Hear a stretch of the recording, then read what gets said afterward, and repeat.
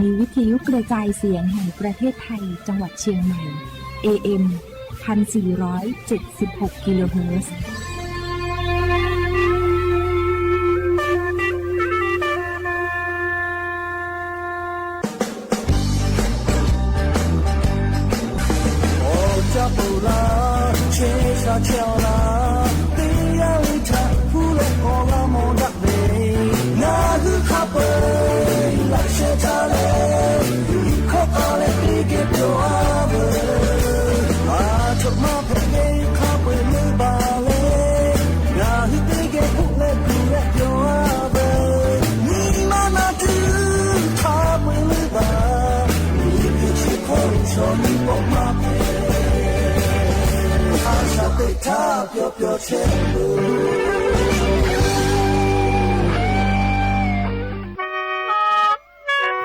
อย่าไปห้ามไปปอทอยาดะจาเวเชออคโล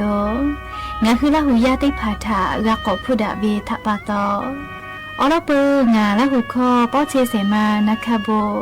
ดิกาลิเลถาตาอือยอยาเวอคโลละเซจาลาบิโยแมชได้คืองาคือกากาเชเวอคตอเกเจแลงาคือคอยาหลอยาอคตอเกอตีจาวะจีใหม่AM นาบะเตฮิโอฮาสจิขอกิโลเฮิรตซ์เตไลทาเตฮาเลเลโอยาฮินาริควตาเลอก็นาริทักขะไกเตฮาเลเลงะคือละหุคอตอไกเทวิโยแมและงะคืออบิออนีละหุยาเตพาตอสาลาตูจอเวมาโกเลขอเตพาโลกาวิโลโกกาโทรศัพท์นาบะแม่084 041 3414จุญญาฮีออจุญญาออเตเซออเตออโทรศัพท์ผู้นบะแม่ชเวทาติลุลาเพวิโยแม่งาคือเตฮาเลเลออยาชเวออคโลงาคือละหุยาชิเกชิโจเวมุมีพ่อเวลิซาตาออลอเตพาและงาคือละหุยาโลลาตาเวลิควายเตพายูเวลาเลอพอลาเชวิโยแม่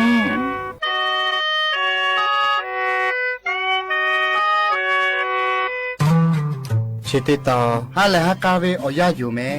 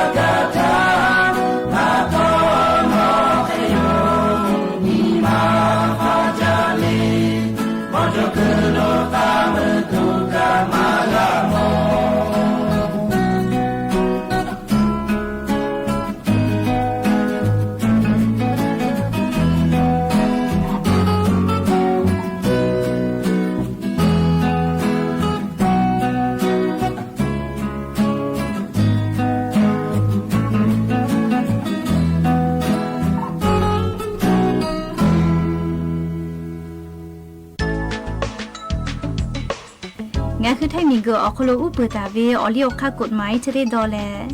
งาคือมีญาติกะเลเลอโปอายิอุจาเวโยชื่อหาปาตอกาลาตุเวหาปาสสนีฮิหาปานีฮิงางะจะกอขอออยามุสนะฮินาลิตาและมเผืออนาริทักขกายงาคือไทยมีเกออคโลเชตาเวมีญาไทยเวบะจอตาเวและอาสาติชิฮิขอบิตาเปเวเตกะเลเลบัตรประจำตัวประชาชนอยู่ไกลและงาคือมีอคโลอุปตาเวอเลียวค่ากฎหมายกุตาเวทาหาอยู่แพอล่ามาหาอยู่แพล่าแต่ก็และแม่ขะเดจักรีสิแม่กูเวแลงาคือไทยมีเกออคโลเชตาและไทยชอแพวิชอติกาเลเลเวกาแพวิโยตาลือแม่หาปาซึสนิฮิหาปาทางาคือติแกไกเลองาคือมีอคโลอุลามุลาเลอดาลาตูอโปงาคือมีญาติกาเลเลกะแม่ขะเดจักรีสิแม่นหุทาหะและชิลาเวกรรมการไม่คือพ่อเวสำนักงานคณะกรรมการเลือกตั้งประจำจังหวัดเชียงใหม่นหุทาหะและโทลาเวโย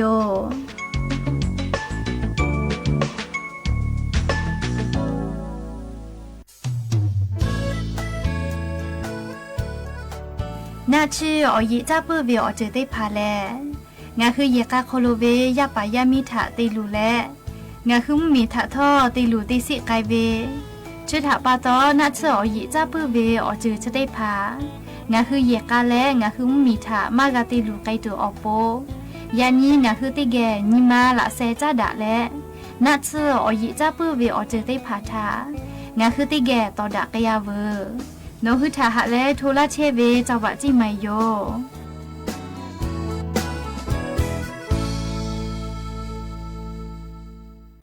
ตาลูแม่เลเตยาเลเลกากาลาตูเวซอเตหาปาฮิหาปาหาปาซึสุนทาลโกงะคือไทมิงโกอคโลเชตาเวไทเวบะจอตาเวอาสาติชิขอบีปุเวเตยาเลเลทอกาอาชุยอเชตาเวอติยบัตรประจำตัวประชาชนอยู่แล้วงาคือมีอคโลอเลียวค่ากฎหมายกุตาเวทาหายุตุลามหายุตุลาแต่ก็แล้วเตยาเลเลกาแม่ขะเดจักรีสิแม่แล้วยาเซทังงาคืออลอเปอร์กานากิเปตาเวลิคอเตโปแล้วจูลิงาเอโอโกเวงาคือละหุยานัวให้ปามิงเกพ่อลุเทียเวชอเตพากาเวลิคอเตโปแพเวโยเลงาคือละหุยานัวอวิมานานดอเมเวนัวมือเปล่าพ่อโลหุยปี้พ่อลุเชตาเวยออยาป่าอยามีแล้วอวิอเนนัวสิกะพ่อลุเทียเวทาดอนอเวอคโลลิคอจะได้ปลอฟุลาวิโยเจแมมหาวิลาหุยาติเผาหาเลฮักาเวอยาอคโลโลลาตาเวลิคอแล้วงาคือชิกชิจอเวอลอติผาทอกันนักเปิมจะได้คืองาคือจ้าแล้วงาคือมีญาติโทรศัพท์เตลุลาแลนาลามันจาเวอลอติลอจอวิโยอลอเชลงาคือหายาวอยาอเมกเวโกเวอลอโยแมมงาคือละหุยาไลยากะนาลาวิโยสละเมาจะได้คือเมชูธนาคาร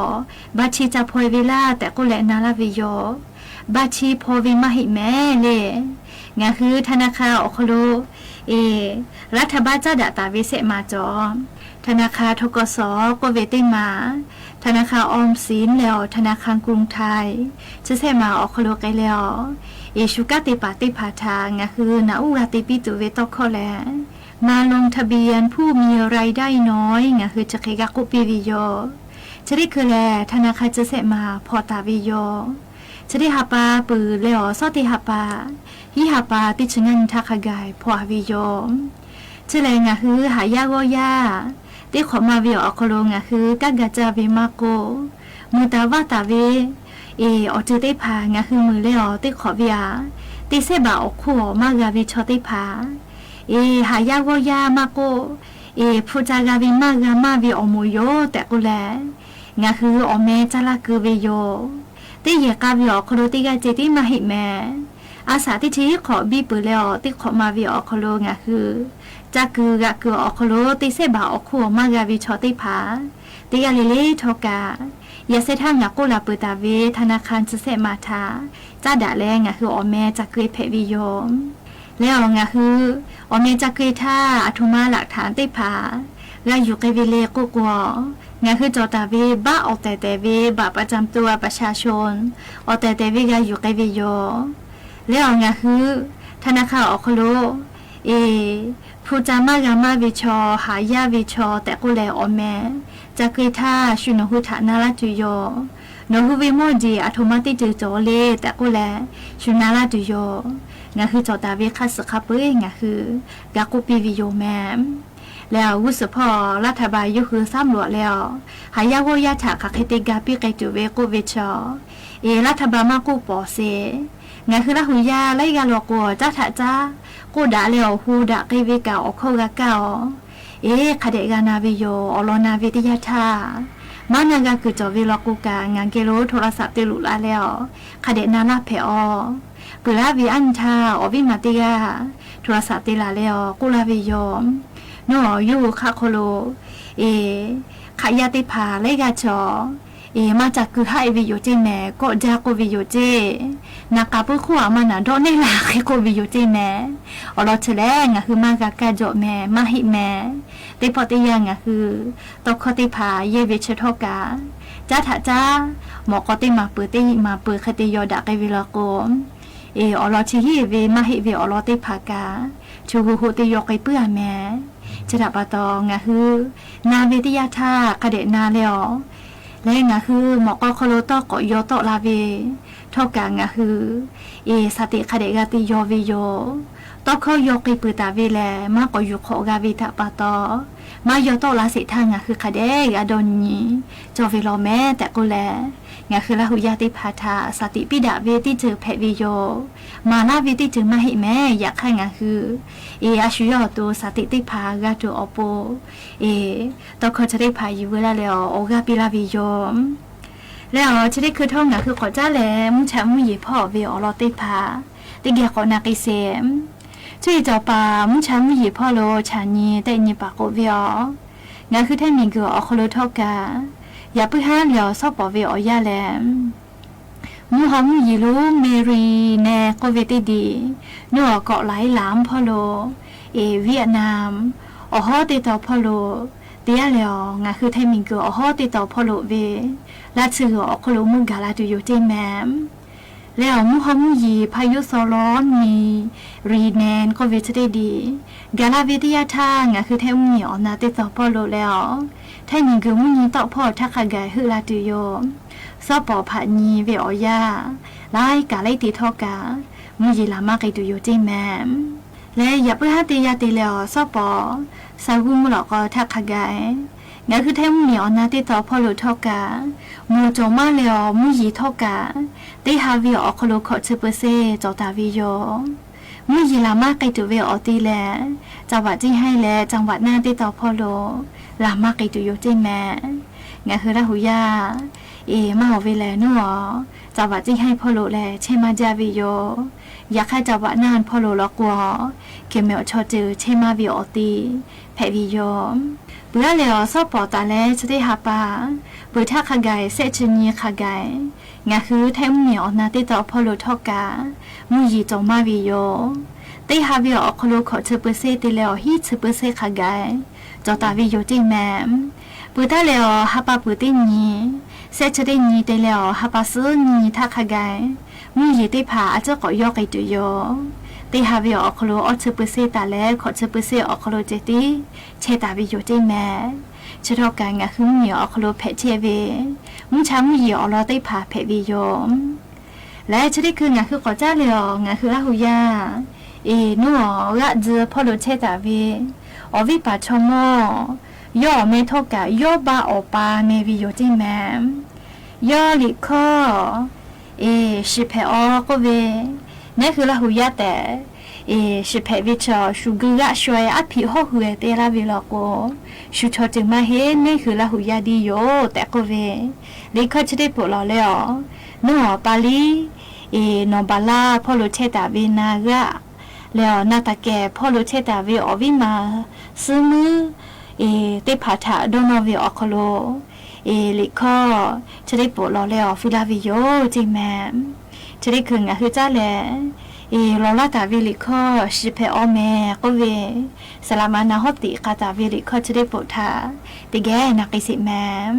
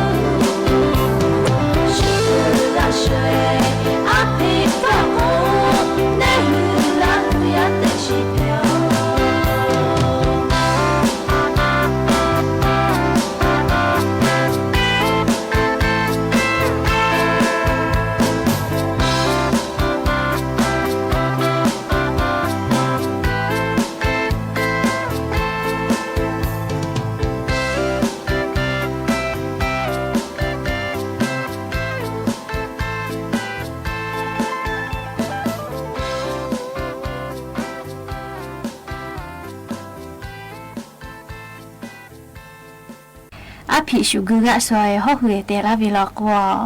อาชุแต่นาตุมาโลเจแม่เนหือละหุยาดีๆโยเจเลลิขอจะได้ปวดเท่ากาสละมานาฮอติกาตาเวลิขอปีไอติปวดแผวิโยหาเวลาหุยาติเผาจะได้คืองาคืออาสามีออกโลเชตาเวคาเปยหิมมีปอดาเลวกีฬาอาเซียนสกูเกมโกเวฮิปอติปออีดาเชวิโย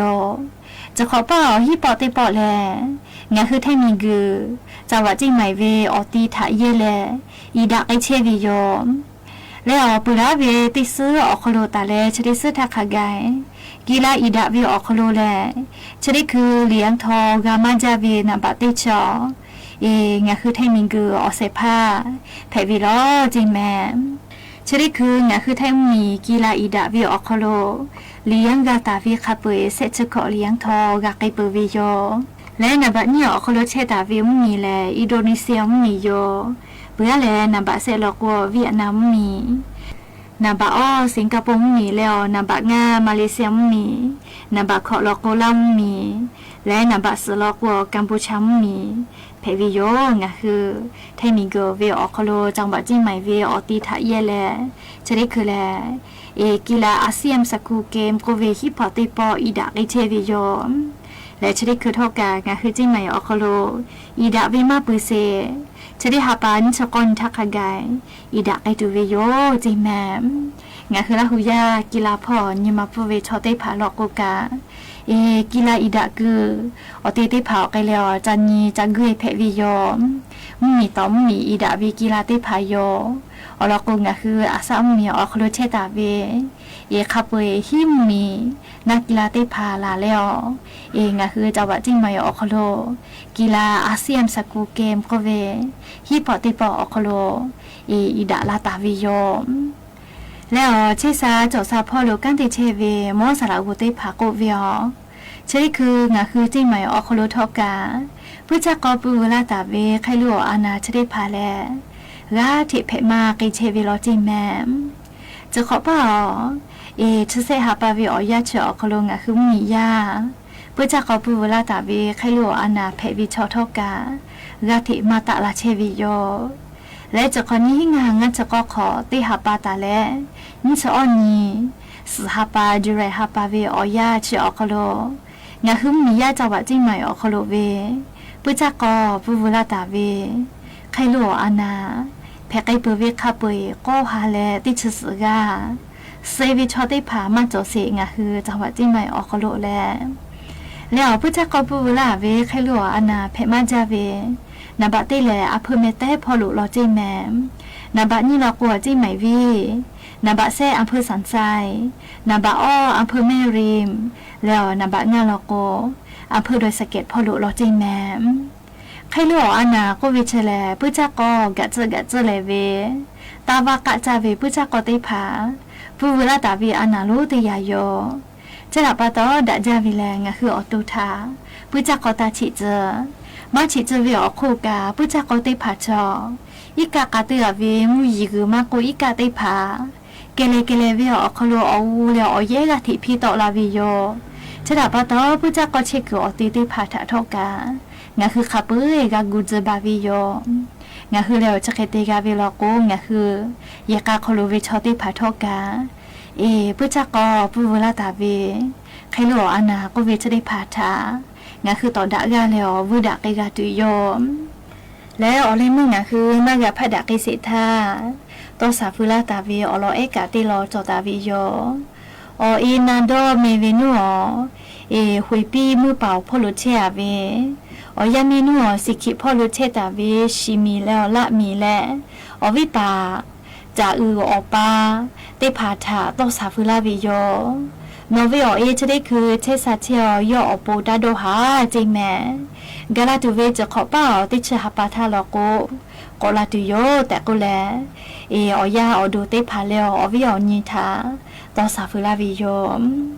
และอย่าเพื่อเตปอชิลากาลาตูเวอลอทอชมัยจะได้โยซอปอมหลอกก็พอติเชเตนาลิเตเลอสาวงหลอกก็ติเชนนาลิทักขกายงาคือติปอติแกกมอดาอามอย่าเพื่อให้ติพอเลยมึงคือมากะผดักอิสิทางาคือละหุยานัวเมเต้พอลุเชอาวิมาโกจีดาวพอลุเชตาวิเลอนัวเมจาพอลุเชอาวิไลกากาสละเซพาคาตาวิติมากาวก็เวติพอลาเซแต่ก็แลไลกาโลลาวิทาปาตอเลยมึงคือลิคอจะได้ปนาปุขอเนาะงาคือละหุคอตอวิอยากะชมัยจะได้ยอมงากะพอนาเลออกาปิลาเชเวติกาเลเลกาซูเมกาเมเชซาจอซาปื้อแลฮาเลดอซาโกเลเวอโบอชิเตพาติกาเลเลอคโลคาเบียนาปิเซอโบจาเม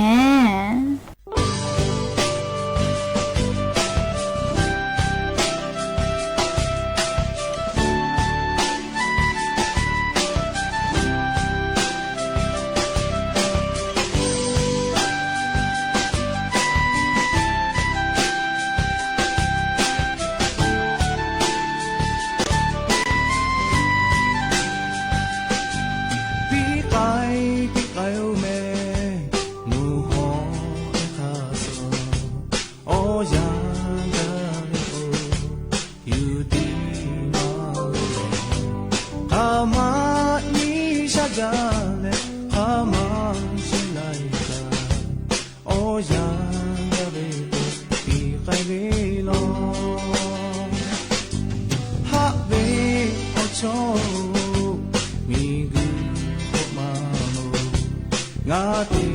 โนทะเจ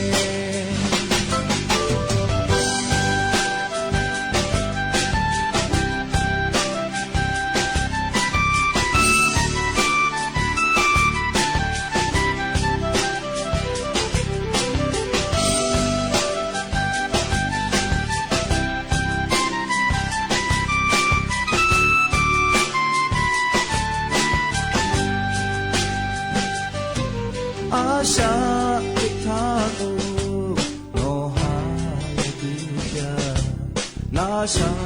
べなうデパオブラのかたべにこ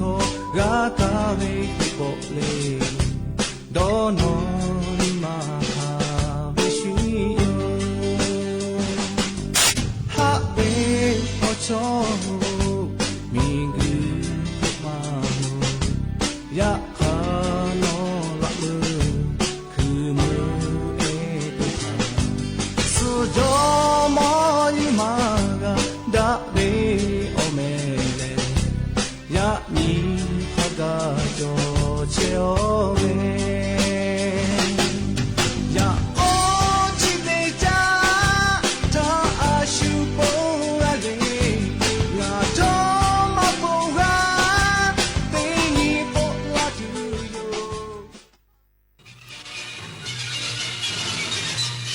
สถานีวิทยุกระจายเสียงแห่งประเทศไทยและเครือข่ายทั่วประเทศเสนอข่าวต้นชั่วโมง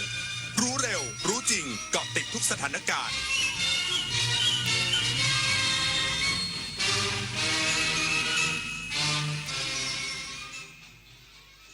รับฟังข่าวต้นชั่วโมง 21 นาฬิกากับธราวุฒิวิชัยดิษฐ์ครับรัฐมนตรีว่าการกระทรวงกลาโหมย้ำจะดูแลครอบครัวอาสาสมัครทหารพรานวิมลตาบทองผู้เสียชีวิตขณะปฏิบัติหน้าที่จากเหตุคนร้ายโจมตีจุดตรวจบูเกะซามีจังหวัดนราธิวาสอย่างดีที่สุดอีกสักครู่กลับมาติดตามรายละเอียดครับทรงเดินตามรอยพระบาทนาชนกเป็นปิ่นปกนครามหาสมัยสืบสารรักษาต่อยอดตลอดไปน้อมดวงใจถวายพระองค์ทรงพระเจริญด้วยเกล้าด้วยกระหม่อมขอเดชะข้าพระพุทธเจ้าคณะผู้บริหารข้าราชการและเจ้าหน้าที่สถานีวิทยุกระจายเสียงแห่งประเทศไทยกรมประชาสัมพันธ์ทุกคนล้วนมีโอกาสเริ่มต้นใหม่มูลนิธินภาหนึ่งในพระดำริของสมเด็จพระเจ้าลูกเธอเจ้าฟ้าพัชรกิติยาภานเรนทิราเทพยวดีกรมหลวงราชสารินีสิริพัฒน์มหาวชรราชธิดามุ่งสร้างโอกาสพัฒนาผู้ก้าวพลาดกลับคืนสู่สังคมอย่างมีคุณค่าเพราะโอกาสเปลี่ยนชีวิตมูลนิธินภาพลังแห่งโอกาสพลังแห่งการเริ่มต้นเพื่อสังคมที่ยั่งยืนวันอาสาฬหบูชาวันสำคัญทางพระพุทธศาสนาวันที่พระพุทธเจ้าทรงแสดงปฐมเทศนาธรรมจักรกับปวัตนสูตรจนเกิดพระรัตนตรัยครบองค์เป็นครั้งแรกขอเชิญพุทธศาสนิกชนร่วมทำบุญฟังธรรมรักษาศีลและเวียนเทียนพร้อมน้อมนำหลักทางสายกลางสู่การดำเนินชีวิตเพราะใจที่มีสติคือจุดเริ่มต้นของทุกความดีถนนดนตรีไลฟ์เดือนสิงหาคมมิตรภาพผูกดวงใจกอดคอกันร้องเพลงอำลาถนนดนตรีไลฟ์กับมาลีหัวหน้าวันพฤหัสบดีที่ 6 สิงหาคม 2569 เวลา 18 นาฬิกาณห้องออดิทอเรียมอาคารศูนย์ปฏิบัติการสื่อใหม่กรมประชาสัมพันธ์ถนนวิภาวดีรังสิตดินแดงกรุงเทพมหานครติดต่อเข้าชมโดยไม่เสียค่าใช้จ่ายได้ที่ Facebook ถนนดนตรีเรายังเป็นนักเดินทางรัฐมนตรีว่าการกระทรวงกลาโหมเป็นประธานพิธีพระราชทานเพลิงศพทหารกล้าอาสาสมัครทหารพรานวิมลตาบทอง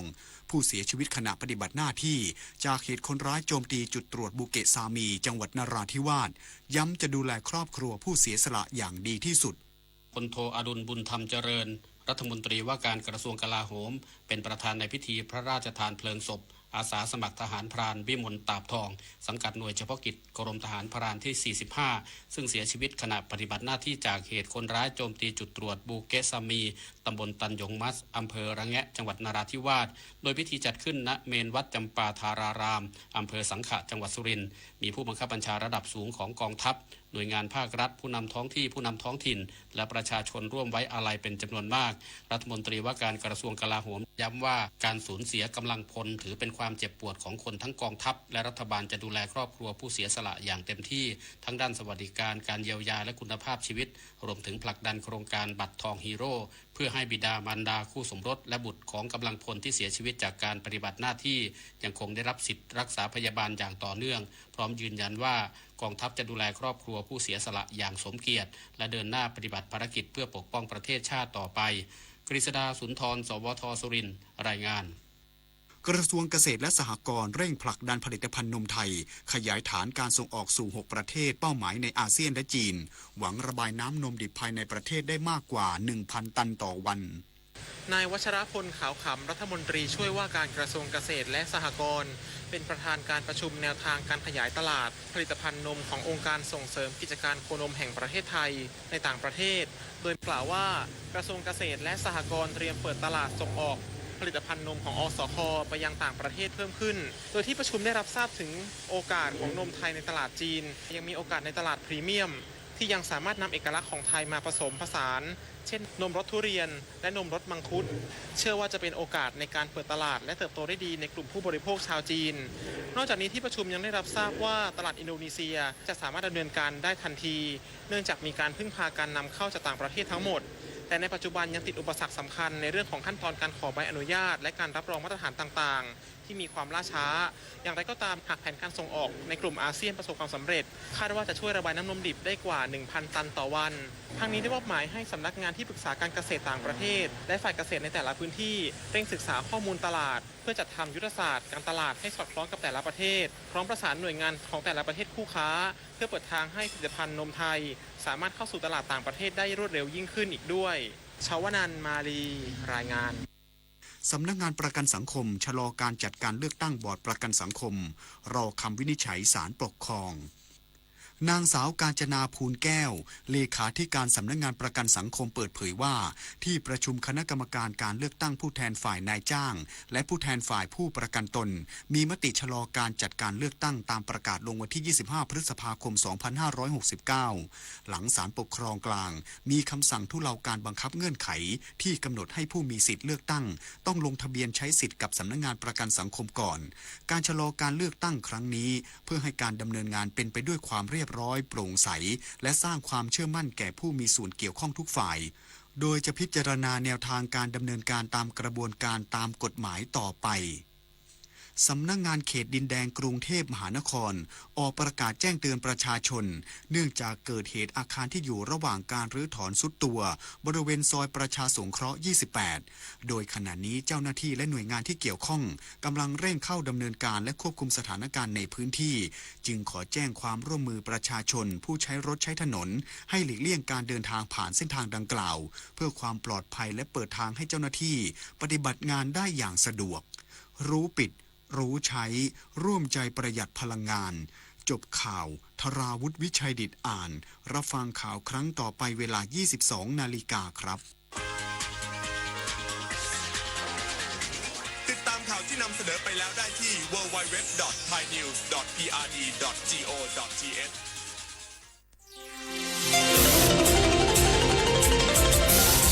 วิทยุแห่งประเทศไทยให้ความรู้คู่ความสุข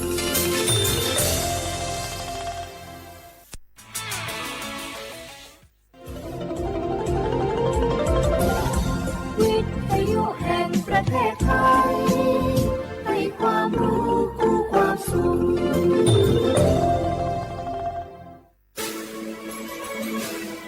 สถานีวิทยุกระจายเสียงแห่งประเทศไทยจังหวัดเชียงใหม่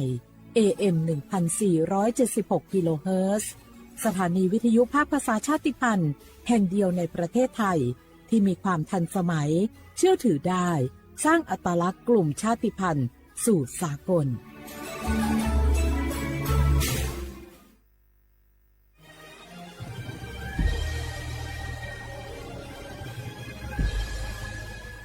เกิดเป็นคนไทย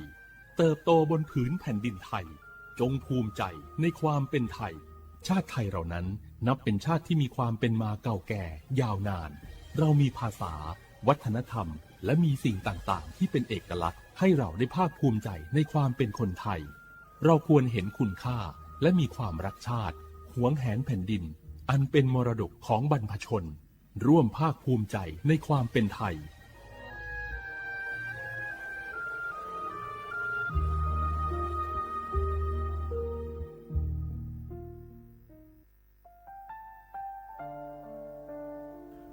อ อาเดือไทยมิขอสองเผาอามา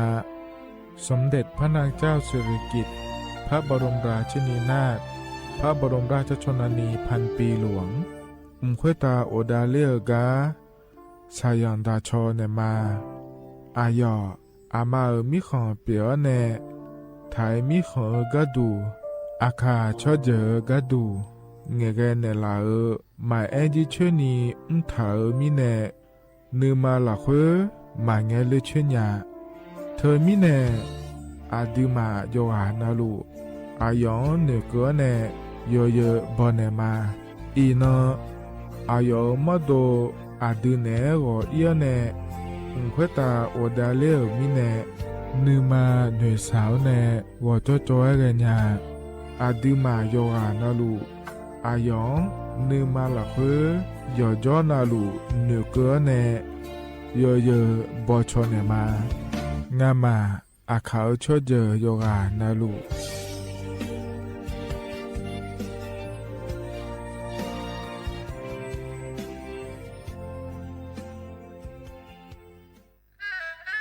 กราบก้ม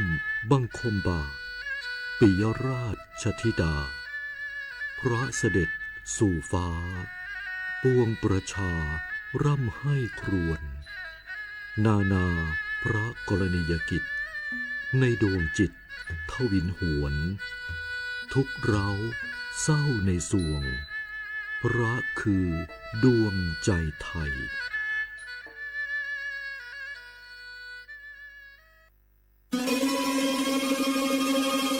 ก้าวสำคัญมาถึงแล้วเจียงใหม่นครหลวงของล้านนาสู่การเป็นมรดกโลกต่างวัฒนธรรมขององค์การยูเนสโกเมืองที่ยังมีชีวิตและมีประชาชนอาศัยอยู่ร่วมกันวันที่ 3-8 สิงหาคม 2569 นี้สภาการโบราณสถานระหว่างประเทศจะลงพื้นที่ตรวจความพร้อมจังหวัดเจียงใหม่ขอเชิญชวนภาครัฐเอกชนและพี่น้องชาวเจียงใหม่ทุกคนมาร่วมแรงร่วมใจพัฒนาปรับปรุงพื้นที่ทั้ง5ประตู4แจ่งตามแนวคูเมืองและ7วัดสำคัญวัดเจียงมั่นวัดพระสิงห์วัดเจดีย์หลวงวัดพระธาตุดอยสุเทพวัดสวนดอกวัด7ยอดและวัดอุโมงค์ช่วยกันดูแลให้สะอาดงดงามคงคุณค่าสถาปัตยกรรมดั้งเดิมเพื่อต้อนรับการตรวจครั้งสำคัญนี้ร่วมกันร่วมสนับสนุนเจียงใหม่สู่เมืองมรดกโลกต่างวัฒนธรรมโดยสวท.เจียงใหม่สำนักงานประชาสัมพันธ์ที่3กรมประชาสัมพันธ์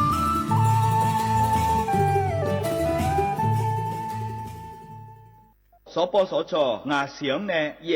สีละเฮโยกานาลุเจทมาบินนาลาวสิจอกากาบิเมเฮือบัดทองยาเดกดูเฮลวยเมซามีอาบูซาพิเลสีละตาพอที่โกละเฮอามีอาปุโคละซาเลญเมซาโกเสียงเนนีหวงเกมาทาเจเลนีลาซาลัวโยกานามาเลงนาโกนาอุดเฮบาวานโกเชงาโคละตาเดโยฮามาชอบานยาอุดทาลัสเมียนาอุดนาโกโลกมเจจอยอุดโลกเอสนาโกนาโดลาอุดฮอทิยากิโลเจอุดสิญญาเจมอนาสปสชติซุมจำยอสปสชเขต1เชียงใหม่นากาจำยองาซุมนีเยงาซุมงปายโยดามอุดนากาตีโกจำยอนึมานาโกนาลูอุดนากาติซุมนีซุมโยกานาลูกดูไม่ได้ฮัลโหลสวัสดีครับพี่น้องอายุอันนี้เดือขยาวโฆษณาไกกะกอสถานีวิทยุกระจายเสียงแห่งประเทศไทยจังหวัดเชียงใหม่พอปานเนบีเคฮอมอนาแอออนหลิญาเมเจสถานีวิทยุกระจายเสียงแห่งประเทศไทยเฮนาอย่าซื้อก้อนบีดูอย่าล้อนแต่ช่องหางละหาเชลกับปจักกันเนดูพ่ออีสานนี่กามาเล่าเนกามองขากากาอีกุญญาอายุเนียวโฆษณาบีเกหมอญาแลนึงมาอ้อนนานากาในเหลียวเนในทอนยังายีเนียวนากาสังโบนาขอนี่จำยองาซุงมีสีโกจำยอโกเย่และงาเดใจที่โบนาขอนี่จำยอเวนี่โกเย่งาสีเวและงายีเนียวมาเจอเกญา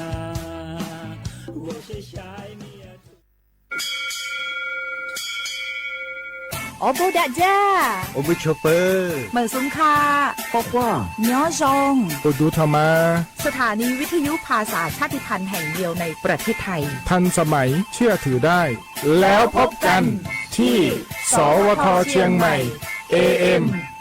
1476 กิโลเฮิรตซ์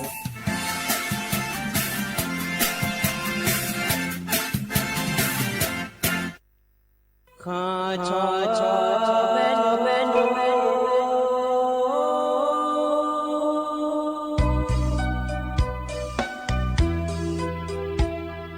在你照顾里我到我土呀卡本在你怎么里我到我朝呀卡本错怕马西早茶路Hãy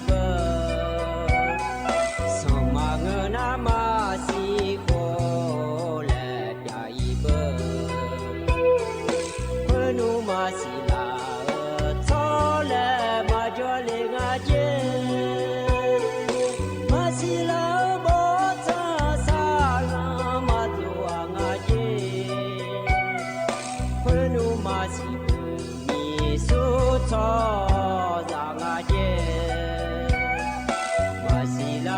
kênh Ghiền Mì Gõ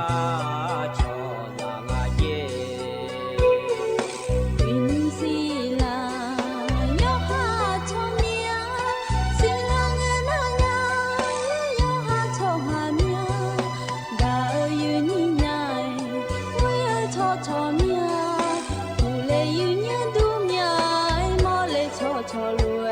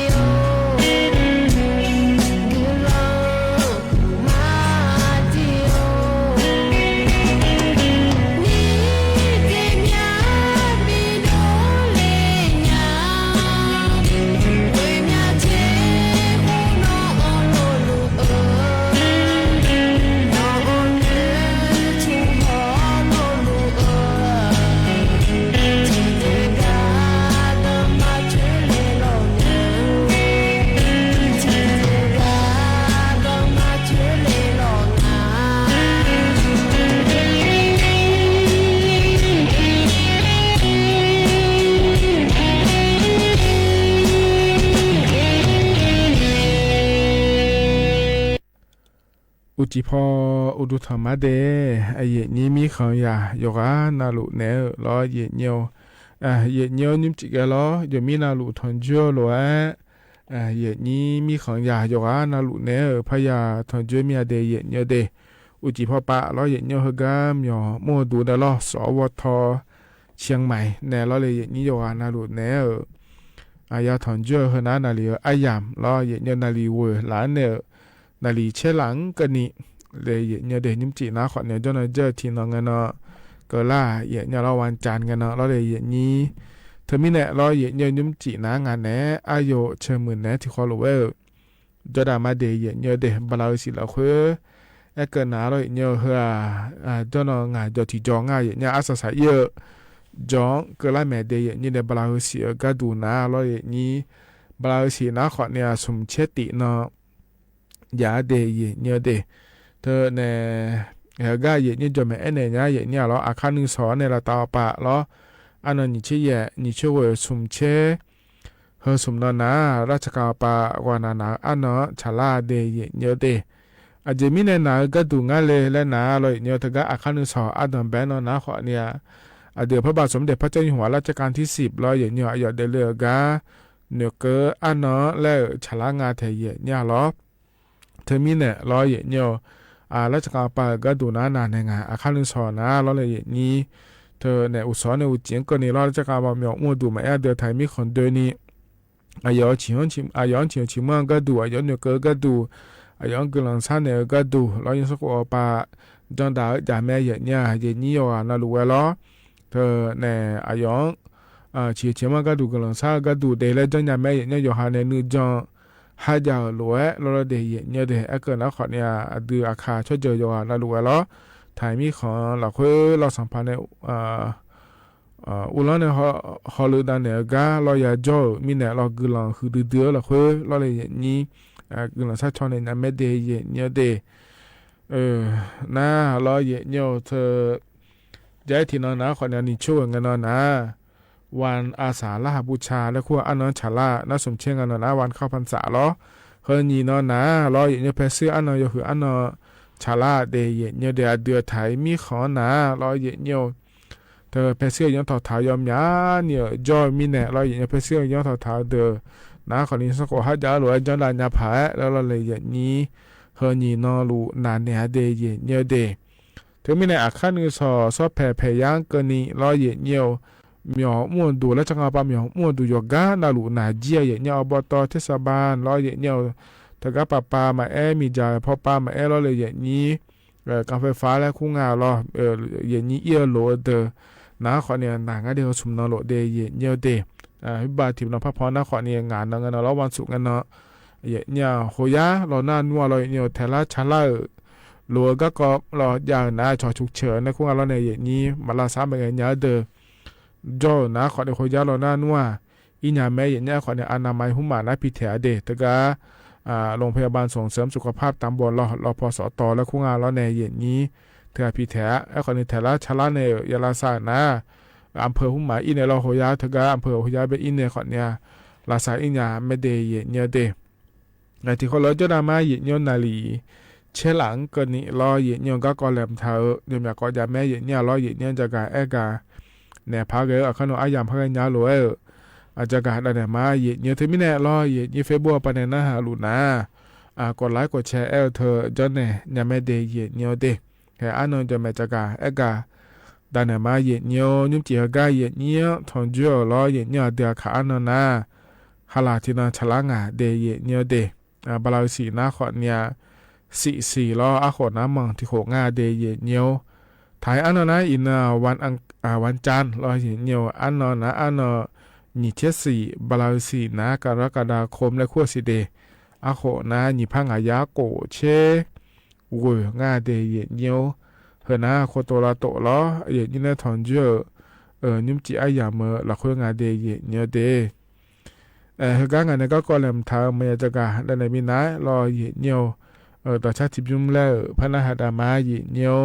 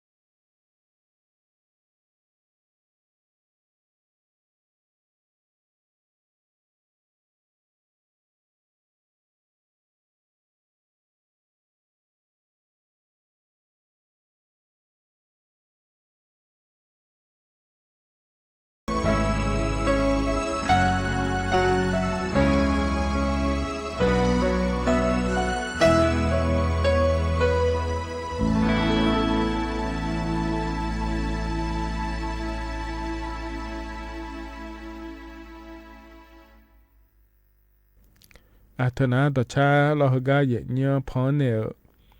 บินาหาดาเดเยเนียเดยานาหาเบียวดูโยกานาลูเวเยเนียลอก็จนปาลาเนนะหาลาโยกานาลูเวอุตุธรรมาเดเยเนียเดมาข้อปาเนนะหามาเอลอเฟบัวปาเนนะหามาเอเดเยเนียวนิมจีนางานแหนอายุเชื่อมือแหนที่เขาลอยจดามาเยเนียวอิชทนจุลาเงเนยาไอเนถาลอยลอยเนียวอาคันนึงสอนในละตาปานะเดือไทยมีข้อหนาล้อราชการปาบินาอันเนาะชาลาแทเยเนียเทมิเนล้อยินสมนายานาเฮลาเควเยนี้ที่นาล้อเฮก็เดือดก็อิมาเดเยนี้ก็อิมาเดแล้วแหลมถาเดือขอนี้จอดูล้อเยเนียวเทมิเนล้อเอียลากาล้อเลยนี่โลอยู่ก็จออยู่ไปจังล้อเดเยนี้เดยุ่มเฮก็ยามล้อคนนะขอนี้ยังก็ยามล้ออุเยขอนี้พายเยมิเนล้อเยเนียวเธอเนก็มาขอเยจูและพายาแทเยเนี่ยที่มีในจังเดเยเนี่ยเดโลอาเจทางอขอรอเยเนี่ยเดลบอจังเจมตายจังเจแล้วนะขอเนี่ยรอเยเนี่ยเธอเนี่ยมาแทนี่รอเลยนาอีรอเดเยเนี่ยเดจะแล้วมาบอหน้ามันเจยานาเยเนี่ยมันก็น่าขอเนี่ยอยู่หาขอเดลาโลขอนี่เดลาญาเดเยเนี่ยเดไอ้ที่เขารอจะได้มาเยเนี่ยรอก็กอแหลมเธอจะกาได้เนี่ยมาเดเยเนี่ยเดก็ตอนแบกก็ก่อนนะขอนิบาตสวัสดิการแห่งรัฐและขั้วถึงก็เธอหุ่มละเลยอย่างนี้เฮก็ก็อย่าปนเอาหลุดทนจุลังเงยอย่าจะกาเอกาแต่ในบีซีบีกาแม่เยเนี่ยหรอถึงก็จุลังเงยรัฐบาลปันในจะกาเอกาโดเลวหลวยรอเยเนี่ยโยเดโยกานาลุเจเยเนี่ยหรออันนั้นเป็นไงนะบาลาเสียงบีจีมาเดและเนี่ยถารรอเยเนี่ยรัฐบาลป่ารออายามพระบิลอนในงานชิเดเยเนี่ยเดเนี่ยชมเนี่ยจุลังเงยเนี่ยเชื่อสิ่งนั้นในโดเลวเธอละเลยอย่างนี้เฮก็เกลียปัวมาพยางาเดเลเธอล้อเยเนียวบาลาโวซีจีเลงเนาะก็เนี่ยบิจุมยามาเจเยเนี่ยเธอมีเนี่ยล้อเลยเยนี้บาลาเยเสียเนี่ยโวซีเฮนี่ซีขอเนี่ยล้อบาลาชิเสียที่พาบาเธอล้อยายุมงาสิเดเยเนี่ยเดนิชิโลยายุมแม่เยเนี่ยเอลอันเดบังเงนะชมยอนโดเลเนี่ยมายาเดยสุปมายาเดนะถ้าก็เธอนี่สิมายาเดเลเอถาเธอล้อเยเนียวรัฐบาลป่าล้อเลยเหตุนี้ไอ้โลเลยแม่เหตุเนี่ยล้อเธอบาลาวัวเสียงเกินเนี่ยบิยุมยามาเดแล้วล้อเลยเหตุนี้เธอมีเนี่ยล้อเหตุนี้ชมโดเลยเนี่ยมายาเกินก็เดเลยเดือดล้อบาลาวัวเสียงเกินยุมยางาเดเหตุเนี่ยเดแล้วจะกะเอกาด้านนั้นในบีซีบีกาเลยเดเหตุเนี่ยเดน่าล้อเหตุเนี่ยยุ่มยำยากาชมโดเลยเนี่ยยอสิโปมายาเกงาเดและดอลลาร์เดเงาเลยเยนี้อายามยาสีเดเยเนเดทกาชมยอดองโปญาลอเลยเยนี้ลออายามยาสีเยนี้ชมยอดองอิญาไม่เดเยเนเดอันนั้นขอเนี่ยจะไม่ยาชอชิขออีงานในเนจะมันเจงไงยุ่มยอดื้อไม้สาลัวเดนะขอนี่ลอเยทกาโลก็เกาะลอที่อนาโลออนเจอโลที่อนาโลเคออนเจอโลแล้วขอเนี่ยชมยองาเลแล้วเลยอย่างนี้เฮก็เหินนะขอเนี่ยเธอก็กรมการขนส่งทางบกละแบบขี่จ้างดัวภาษียคนละลุยาเจียดัวอีเนอเธอก็เจ้าหน้าที่ปานต่อจ่ายาบีอิงาเดยเนียวเดสตามาจีเนียจอนยาไม่เดยเนียวเธอก็กรมการขนส่งและขั้วปานเนอจากการเอกาโลเลอลอยอินุมแต่ขอเนี่ยชมยอโลก็กอโลเคก็กอดองเลอเธอเดยเนียวเดที่เซที่พาเยยากาเจเนียจงอาเจเนี่ยเราโลข้อในโลเคกุจิงเนี่ยที่เซโกมือการดอกแพงอ่ะแถมมีนี่นะโลเคงอ่ะเดยเนี่ยเดที่เซสมมือการเจนี่ล้อนาโลนาข้อเนี่ยงายาโกยาก้าดอกแพงนี่อ่ะแถเนี่ยที่นาข้อเนี่ยล้อเนี่ยทกาโลมาพาอยู่มาโลเบียวเอียโลแล้วเราโลออนเจโลแล้วงาแถเนี่ยเราเทมิเนี่ยล้อเนี่ยเธอก็ราชการอันนั้นยามเราเพื่อเราเลยนี้กรมการขนส่งทางบกและคูกาอีเนี่ยก็กองจังอีเนี่ยเราเนี่ยเธอก็เนี่ยการอุทธรณ์และขั้วเธอเนี่ยยาสิเดยเนี่ยเดี๋ยวออกมาเนี่ยยามฮาบินเนี่ยหรือว่าเราเนี่ยมีในหัวหน้าขอเนี่ยให้จักรเอกาดาเนี่ยในบีซีบีกาเลเดยเนี่ยเดนั่นเธอก็กรมการขนส่งและขั้วเธอก่อนเนี่ยแต่เล่นี้เธอก็จักรเอกาดาเนี่ยบีซีบีกาเนี่ยดันโนฮอปาล้อเนี่ยทกาสำนักงานตำรวจแห่งชาติและข้อมูลไทยเนี่ยดันโนฮอปาเขาเนี่ยกรมการขนส่งทางบกเธออะไรที่เขาล้อจ่าเนี่ยล้อเนี่ยไ อย่างนี้เธอก็ใบขับขี่แล้วขั้วเธอใบขับขี่แล้วแม่เมียใบสั่งจราจรแล้วคุ้งอะไรอย่างนี้ย่อปลาจอมบ่เนี่ยแต่หนูปลาล้ออย่างนี้โลแม่โลเคอร์แม่จุวันเนี่ยเราเล่นยังจะบังอาเดแล้วอันนี้เราใบสั่งเธอบินในลาวนะที่อานามาคอนเธอคนนี้จ้องอาเจอย่างนี้ยังจะบอกนะสัตย์ยาตัวเดย์อย่างนี้เดย์ที่ไม่ได้ยังจะบอกเฮ้ยเราใบสั่งเฮ้ยสัตย์มาโดนจ่อเดินนะคนนี้เธอก็อันนั้นติบลาเยเสียงเนี่ยละต่อปานาล้ออย่างนี้อย่างนี้โลแม่โลเคอร์แม่ยานในที่โขนที่โปรภาษีเธอยาโดแม่ในอย่างนี้แต่ก็เธอดูไอ้เงี้ยเดย์เนี่ยเดย์มานี่เฮ้ยตามจะมาบินในจีเจอย่างเงี้ยไปวงกลมแล้วคุ้งอะไรอย่าลองแล้วโลมิเชียเดมีอย่างแม่ในนี่โลเดินนะล้อโลเคอร์นะขอเนี่ยก็โลเคอร์ยาเดมีอย่างแม่ในอย่างนี้ที่โขนที่โปรรัฐบาลจะเบียภาษีเฮ้ยผมล้ออย่างเงี้ยเธอมีเนี่ยช่วยมาข่าวล้อเธอก็อันนั้นติบลาเยเชนนั่นละต่อปาเดใบสั่งและขั้วเธอยาเหลียวแน่ล้ออย่างเงี้ยสดามาของอีน่าภาษีเธอโดยเงี้ยเธอให้ตามมาบินในชีเจเดย์เงี้ยเดเธอก็ใบสั่งและขั้วเธอมาของให้เกินนี้แล้วอย่างเงี้ยอายุมาอายามสมเช่นเนาะบินในเจอย่างเงี้ยเขาก็เนี่ยภาษีโดยเงี้ยนอนเนี่ยแล้วอย่างเงี้ยใบสั่งและขั้วเธอสดาโดยเธอเดสมเช่นเนาะละคืออย่างนี้ใบสั่งก็ดูล้อสดาของจีอ่ะนะเธอก็กรมการขนส่งและคู่ก็ที่โปรไพเนี่ยไปวงกลมและขั้วภาษีจีให้หุ่มล้อโลมิเชียเดมิโอให้หุ่มล้อโลเคยเดมีหุ่มซาลาอินยาไม่เดย์เนี่ยเดเฮเดงั้นสัตว์ของนี้มาเดก็ไปสั่งยาหลายเฮ้เฮมาชิญเนี่ยมาคนนี้ปียาล้ออินยาของจีมาเดแล้วคงว่าของส่วนจะก้าวอินเนี่ยล้อถ้าก็ไปวงกลมแล้วขั้วโลมิชิเดมีเท่าหุ่มซาลาอินยาไม่เดย์เนี่ยเดที่มีเนี่ยล้อเนี่ยเฮนาขอนี้ดันโนเข้าป่าข้อเนี่ยล้อเลยนี้ถ้าก็กรมการขนส่งทางบกและขั้วปานในอลาจาในทุกเลยจังดาเนี่ยล้อมันนี่นะใบสั่งเธอหนาเลยเนี่ยเธออยู่หาในจดดูกันนี่ละเกินเนี่ยแล้วเลยอย่างนี้ไปเสนอปันในบิเกอร์ลาวคนนี้จะเลี้ยเดย์เนี่ยเดย์มึงนะคนนี้เราอยู่เมื่อจการเราลูกของจการตานมอเนี่ยแต่หนาวเนี่ยให้น้องเยอะจังปังกันเดย์ในใบสั่งให้จะโลลาเธอคนนี้จ่อเอ็นยุ่มนะเราอย่างเนี่ยเธอก็ตานมยองดูจการอีมาสานนี่เราเลยธนาคารแอปพลิเคชันแล้วกุ้งเราเลยเอาในที่โปรเตของยาเดย์เนี่ยเดย์บางทีนะขอเนี่ยถือว่ากรมการขนส่งทางบกและคุณก็ยังภาษีโดยเงินเอาเพื่อเงินเอาขอเนี่ยอายุมาจัดเลยนะเห็นว่าใบสั่งยังไงเดี๋ยวให้มีตาอยากของยังไงเดี๋ยวนะเขาก็ที่โปรแต่ขอเนี่ยบินยาไม่เดย์เนี่ยเดย์วินาทีนะขอเนี่ยเห็นนี้ยาสินยาภายในจากอากาศได้ไหนแล้วขอนี่มือดื้อๆหุ่นหนาเลยเนี่ยอย่างนี้รอยังยาลุยช่างแท้เนี่ยรอลุยอยู่มันก็จะอยู่ปานะเดย์เนี่ยเดย์อยู่ข้ายาเนี่ยเราอยู่หาโมโดเทียแต่อยู่มันเงินไม่ได้เราอย่างเนี่ยก็จ่อกันนะโลขอยาโลเคอขอยาชอกขาช่างเดอขอนี้จ่อถึงมีไหนยังหายาโลยช่างแท้เดย์เนี่ยเดย์มันก็นะขอนี้ยังจะบอกนะขอนี้สตายาจีเบอร์เนี่ยง่ายแบบโปเจรังเงินเนี่ยเขามาแล้วเนี่ยนี้ยอมอยากก็ยอมอยากโปยามอนะแห่แล้วเขาเงินบินบินพอเขาบินหน่อยยังไม่เดย์เขาก็เลยพอเขาบินหน่อยยังไม่เดย์แล้วโบถาชอห้ามจ่อวันคู่ห้ามจ่อวันขี้และยังงานแล้วเนี่ยนี้ก็มาที่การนายยอตีมิเนี่ยเรายอชมิเนี่ยเราเนี่ยทก็เนี่ยโลที่พอแต่บินหน้าเธอและขอยาแต่เนี่ยเรายอมอยากก็รถยนต์ถ่ายยาเดี๋ยวขอในเทียนนั้นมาเพราะว่า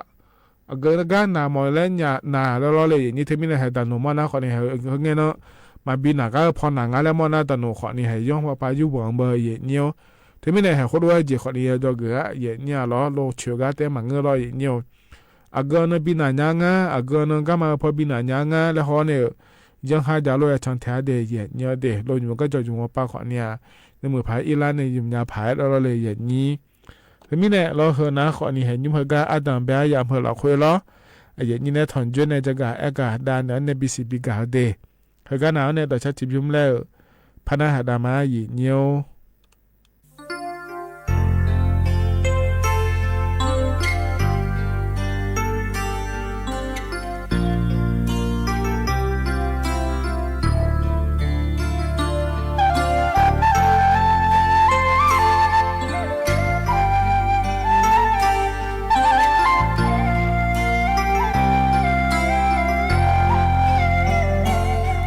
มาโอ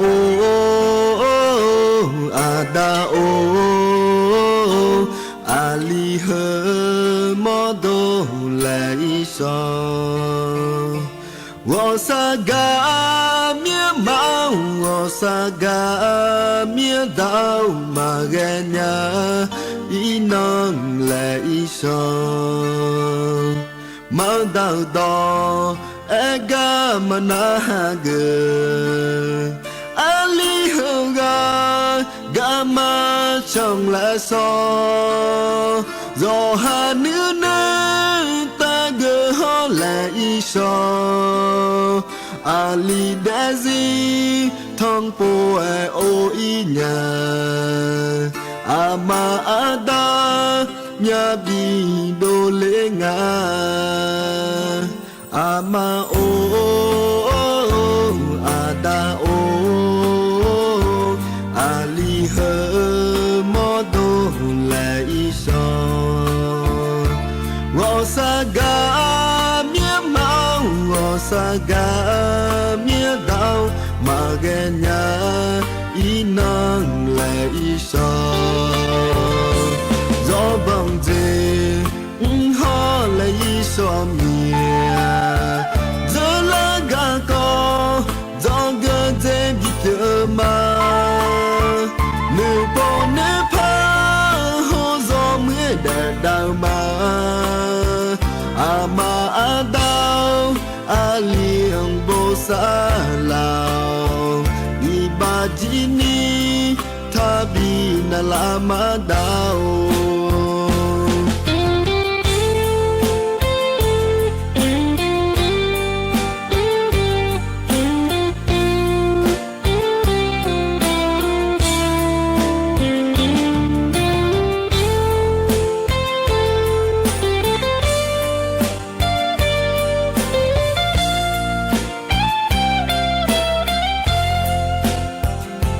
อามาโออาดาโออาลีเฮมอโดเลอีชอวอสากาเมียเมาวอสากาเมียดาวมาเกญาพี่น้องเลอีชอมาดาวดอเอกามานาเก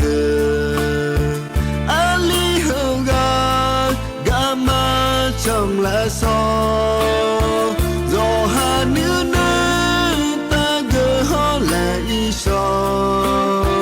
อาลีเดซีทองปูเอโออีญาอามาอาดาญาบีโดเลงาอามาโออาดาโออาลีเฮ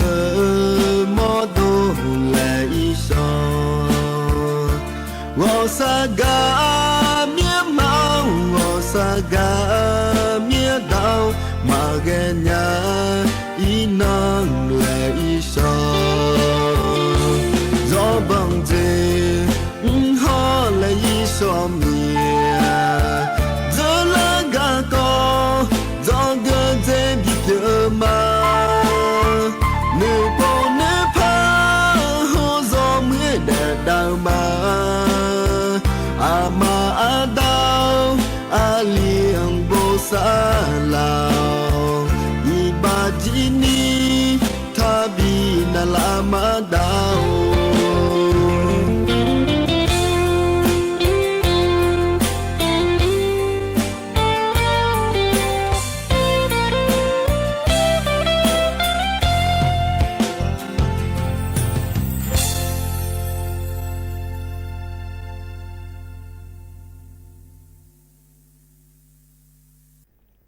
เธอนะต่อชาติย้ายจีบยุ่มเนียเพราะเนี่ยบินาหาดาวแล้วเนียเลยอีเมียเดดาวเมาอิบัตทานอะไรเดโปเดพามาและชาต่อชาเดยาวานาหลวงก็เพราะในบินาหาดาวแกยานาหาเบียวดูเนี่ยหรอก็จะนอปาละอ้อนเนี่ยนะหาล่านี่ยาวานาหลวงอุตุธรรมะเดมันก็ปานเนี่ยนะหามาหรอเฟซบุ๊กปานเนี่ยนะหามาเนี่ยหรอนิ่มเจียงงานแหนอาโยเชื่อมือแน่ที่เขาบอกว่าเดี๋ยวนามาเนี่ยร้อนนาลีเชื่อหลังก็นี่เดย์เนี่ยเดย์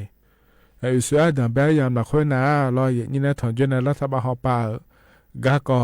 เนี่ยอยากจะการอากาศเนี่ยมาเดย์เนี่ยเดบัตรสวัสดิการแห่งรัฐกาก็รอเลยนี่รัฐบาลไปเนี่ยชอบบ้าเธอรอเนี่ย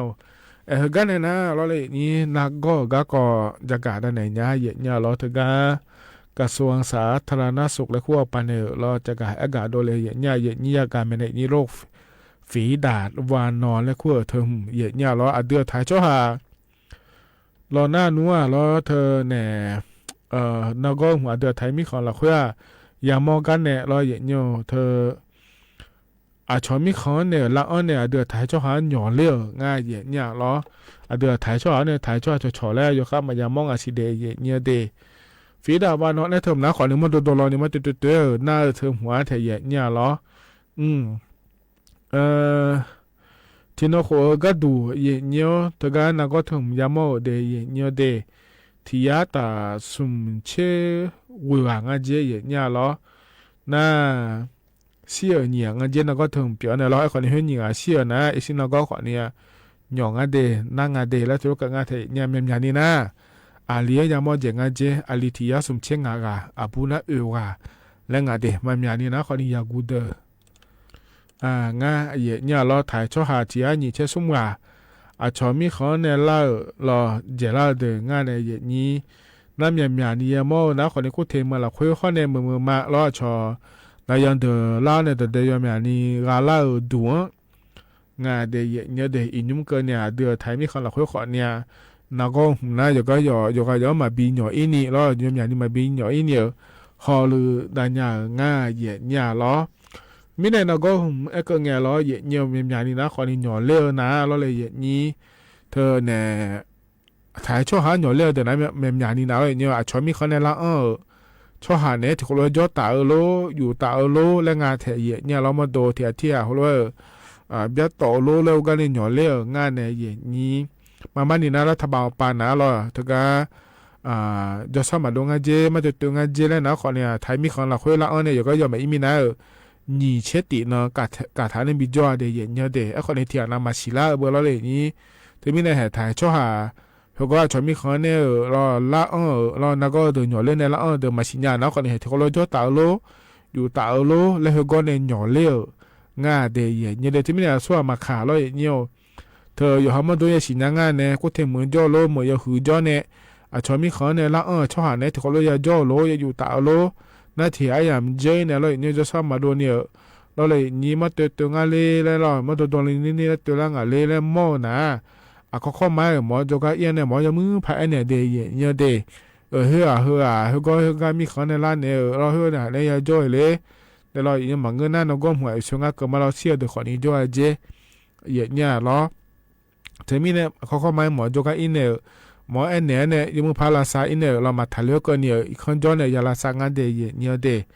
เนี่ยยุ่งเฮนะคนเนี่ยเหตุการณ์เราก็ยังงานเดย์แล้วเราชอบมีคนเนี่ยละช่วงเนี่ยเราเธอที่เราจ่อตาโลอยู่ตาโลก็ยอขายจังงานเดย์แล้วจะกะดาเนี่ยBCBกาเลเดย์เนี่ยเดย์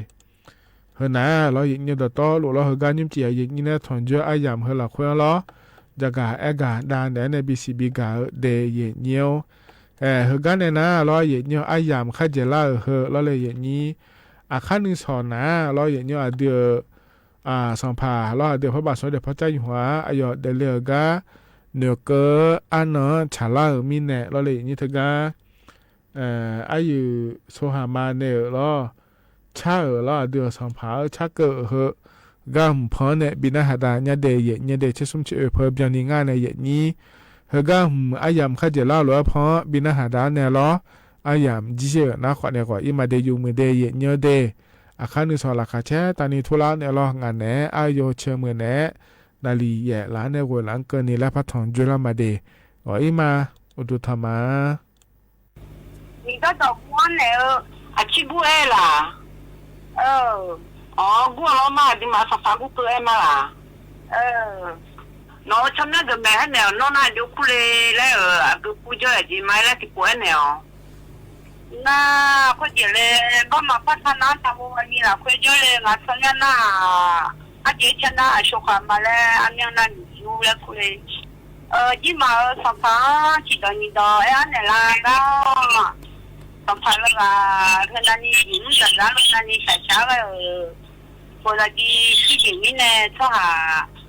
你又唔掂，你嚟提應該唔掂你咯。我哋，那你嗰度一個魚乜嘢？一個。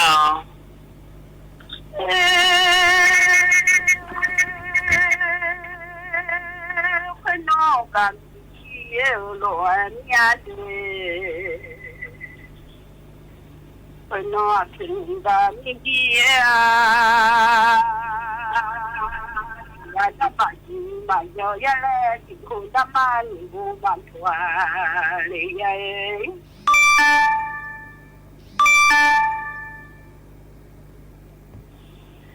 咧前日可咧我常常慢咗嚟呀咧，地方我嘛快路路啊慢咗呀，咧落呀落，地呀我嘛快嚟呀，慢咗呀咧落呀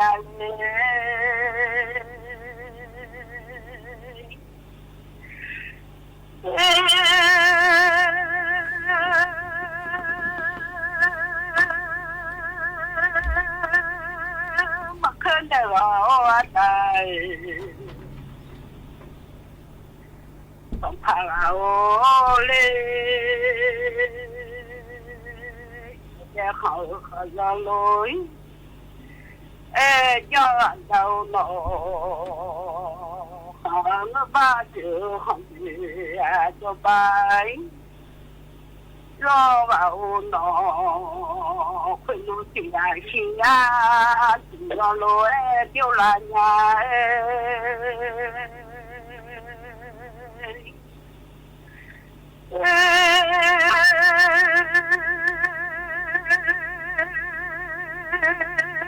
chỉ mang ở bảo xin này để trả là nhà cứ để nó đã xong thà rồi giờ để là mình chưa đảm bảo rồi và không đảm bảo rồi bút đồng dành cho nó nghe mà ra mà gia đình nhà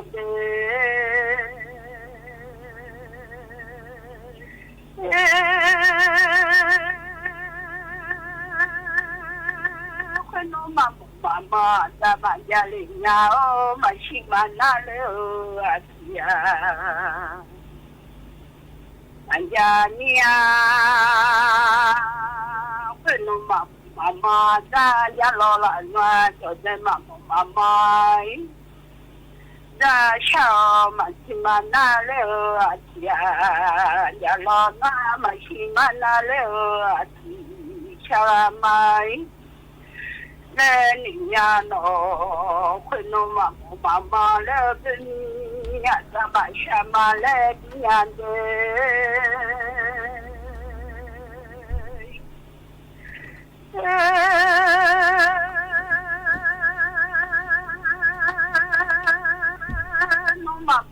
mà nếu thọ pha nó à ra sao mà chỉ mà na lỡ thọ pha leo nó à cha leo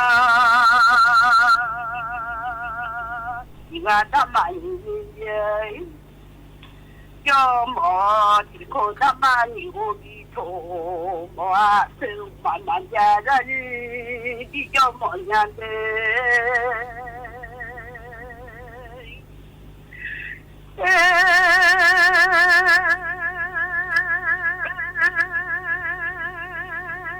mama chào la hu đi đến một lo nha bữa khơi đó anh đã không phải ôi nó thì là chi à thì làm vô là nha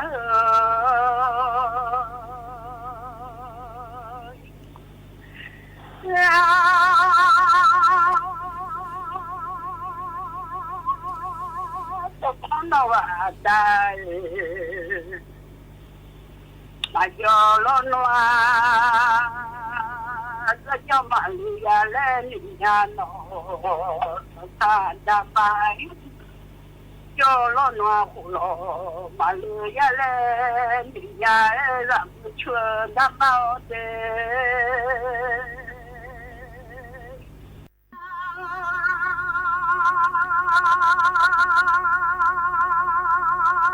快闹让不出，他妈个哦，让好好你的。Tamao le de la tingati a tu pa mai lo ya no la ne tinga ja che che nyo mo la lo ma de ni lo ya de lo ma no yo de ja ti ni ma te le la ma te nya ni la ma te le la za u do da ki o i ya lo ya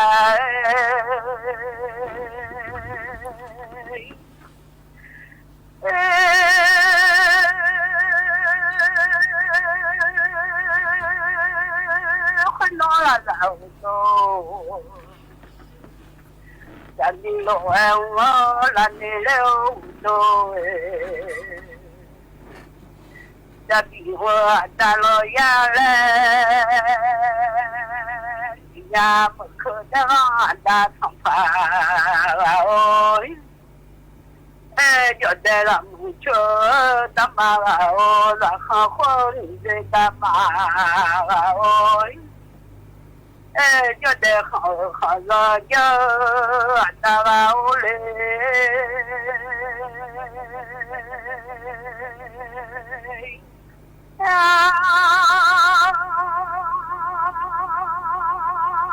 no kha lo chang de kha lo chang ani se ga kha do go ani se ga kha Galea Goi ni khamayo Loi Yo de shawae mi kha hune jogole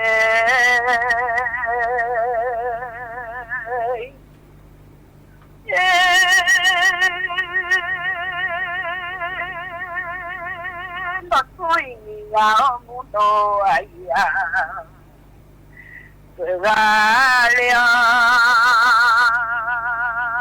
Hacho te ga kai No go ni te ga kai Go te to thanga mundo allá Galea ni li ma da to na go ni li ma ya to me la kai a chu de mu la ye mu la ga lo ya mu khu de la da thong pa oi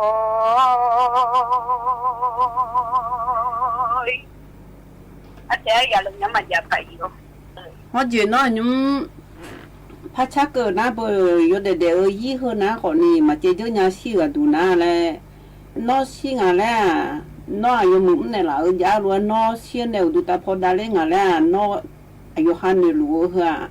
no sa la nga ma ho lu me le ana no ne yo mu a je mu la ko ni nga ha da ma sang pa de le yo mu pha a phe pi jo ga ha che che bi da le ma le cha cơ ne lo ju la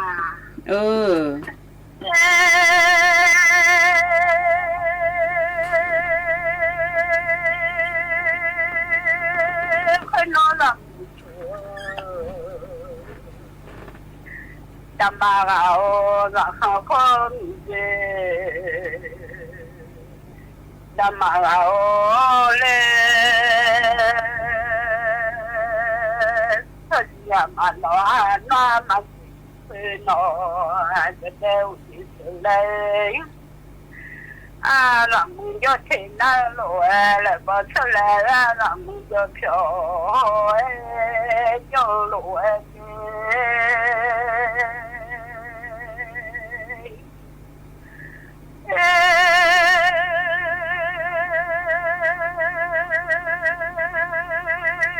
ya khỏe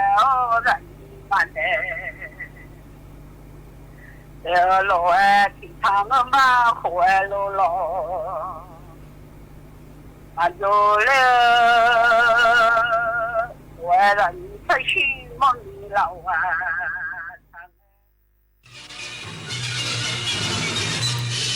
สถานีวิทยุกระจายเสียงแห่งประเทศไทยและเครือข่ายทั่วประเทศเสนอข่าวต้นชั่วโมงรู้เร็วรู้จริงเกาะติดทุกสถานการณ์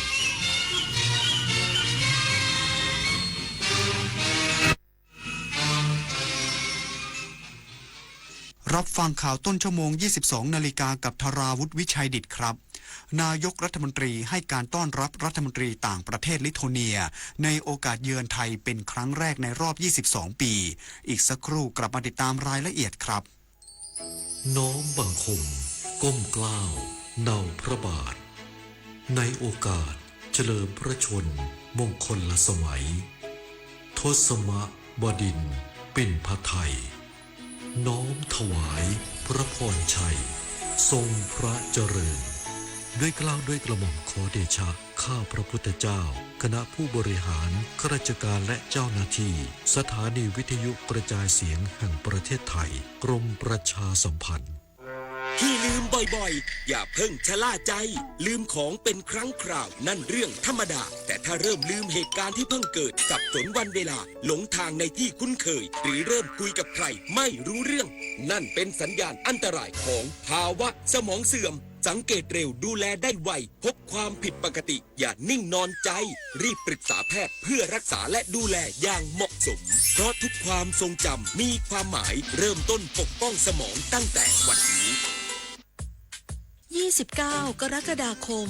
วันภาษาไทยแห่งชาติภาษาไทยคือมรดกทางปัญญาและเอกลักษณ์อันล้ำค่าของชาติเป็นสื่อกลางเชื่อมความผูกพันและสะท้อนความภาคภูมิใจของคนในชาติร่วมกันรักษาความงดงามของภาษาด้วยการพูดอ่านและเขียนอย่างถูกต้องเพื่อส่งต่อคุณค่าแห่งเอกลักษณ์ไทยนี้ร่วมกันเข้าพรรษาคือช่วงพักฝนพระสงฆ์ต้องจำพรรษาณวัดใดวัดหนึ่งในฤดูฝนเพื่อศึกษาพระธรรมวินัย3 เดือนแห่งการเริ่มต้นทำสิ่งดีๆในชีวิตเพื่อตัวเราครอบครัวและสังคมที่สงบสุขร่มเย็นขอเชิญชวนพุทธศาสนิกชนร่วมทำบุญตักบาตรทำความดีละเว้นความชั่วทำจิตใจให้บริสุทธิ์พร้อมทั้งถวายผ้าอาบน้ำฝนและแห่เทียนพรรษาเพื่อส่งเสริมพระพุทธศาสนาและสืบทอดประเพณีอันดีงามของไทยนายกรัฐมนตรีให้การต้อนรับรัฐมนตรีต่างประเทศลิทัวเนียในโอกาสเยือนไทยเป็นครั้งแรกในรอบ 22 ปีเดินหน้าขยายการค้าการลงทุนและเทคโนโลยีขั้นสูงเชื่อมโอกาสไทยสู่ตลาดยุโรปและภูมิภาคบอลติกเชื่อมไทยสู่ตลาดยุโรปนายอนุทินชาญวีรกูลนายกรัฐมนตรีและรัฐมนตรีว่าการกระทรวงมหาดไทยให้การต้อนรับนายแกสตูติสบูดริส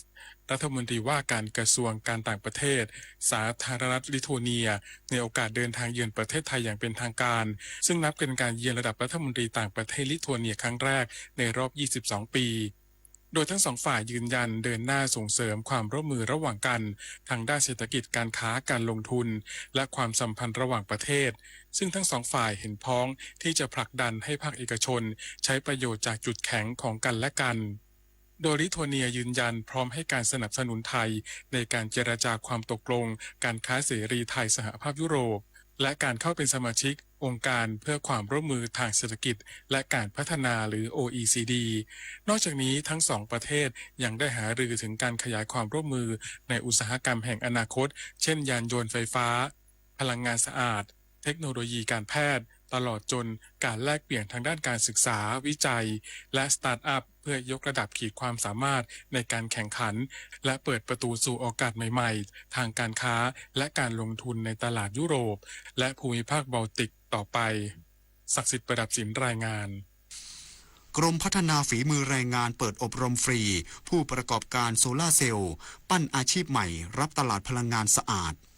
นายสมาร์ท ปัทมสุคนอธิบดีกรมพัฒนาฝีมือแรงงานเปิดเผยว่ากรมพัฒนาฝีมือแรงงานเดินหน้าพัฒนากำลังคนรองรับอุตสาหกรรมพลังงานสะอาดและเศรษฐกิจสีเขียวเปิดรับสมัครผู้สนใจเข้าฝึกอบรมหลักสูตรผู้ประกอบการโซลาร์เซลล์ฟรี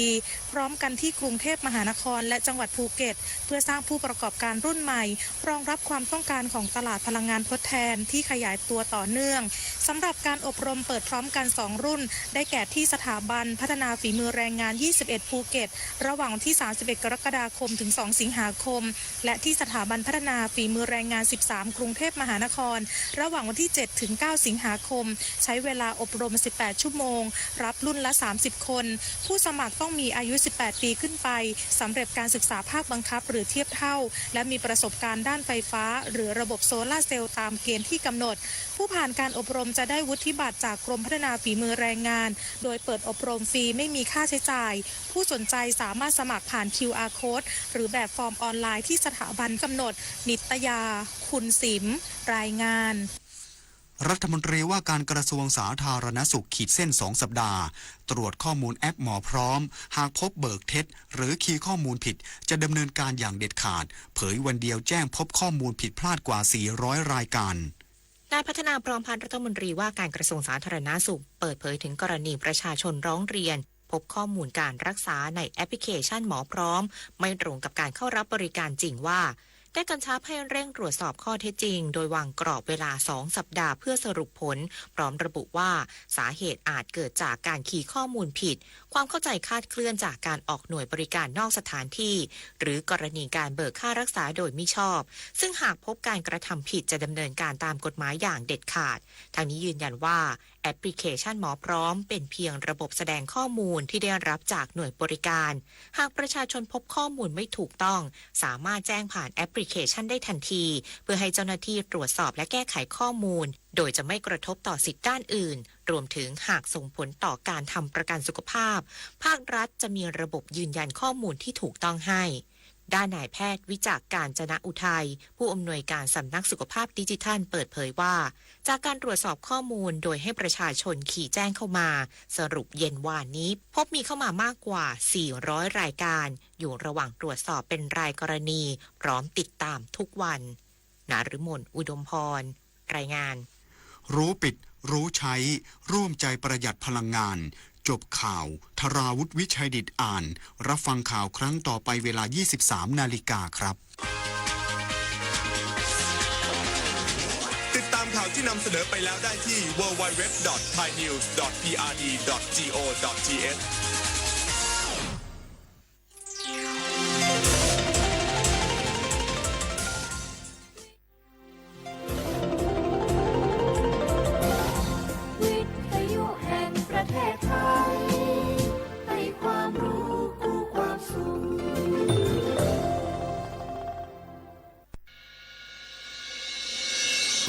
สถานีวิทยุกระจายเสียงแห่งประเทศไทยจังหวัดเชียงใหม่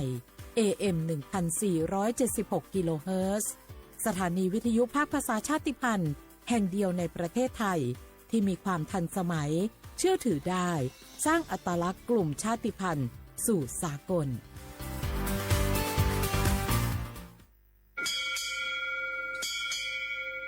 โอโบดาจ้าโอมิชอปเปอร์เหมยซุงคาป๊อกว่าย้อซงโอดูธรรมาสถานีวิทยุภาษาชาติพันธุ์แห่งเดียวในประเทศไทยทันสมัยเชื่อถือได้แล้วพบกันที่สวทเชียงใหม่ AM 1476 กิโลเฮิรตซ์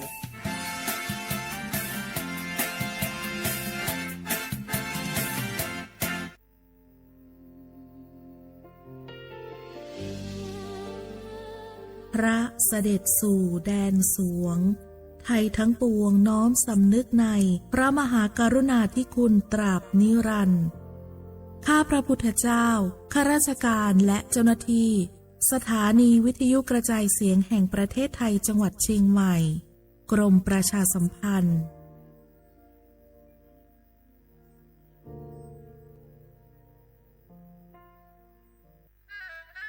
กราบก้มบังคมบาทปิยราชธิดาพระเสด็จสู่ฟ้าปวงประชาร่ำให้ครวญ นานาพระกรณียกิจในดวงจิตทวินหวน ทุกเร้าเศร้าในสวงพระคือดวงใจไทย สารคดี แสงเพชรส่องล่าเจ้าฟ้าพัชรกิติยาภาตอนยุติธรรมนำสุขในฐานะที่ทรงสำเร็จการศึกษาด้านกฎหมายและทรงเป็นอัยการ สมเด็จพระเจ้าลูกเธอเจ้าฟ้าพัชรกิติยาภานเรนทิราเทพยวดีกรมหลวงราชสารินีสิริพัฒน์มหาวชรราชธิดาทรงให้ความสำคัญกับหลักการความยุติธรรมเป็นอย่างยิ่ง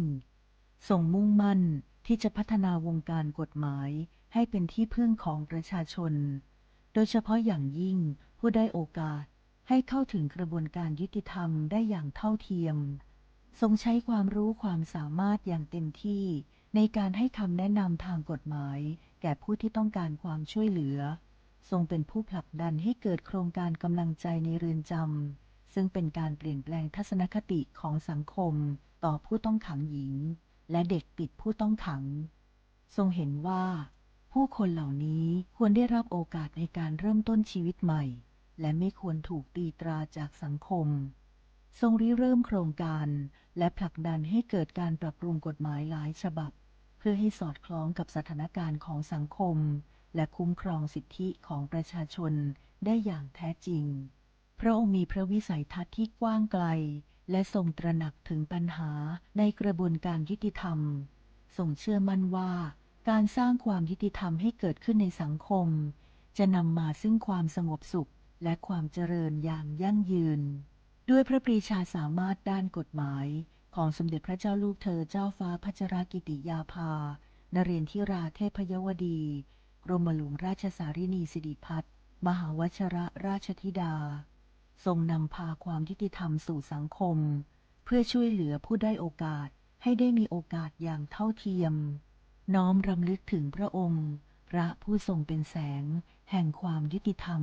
ในดวงใจ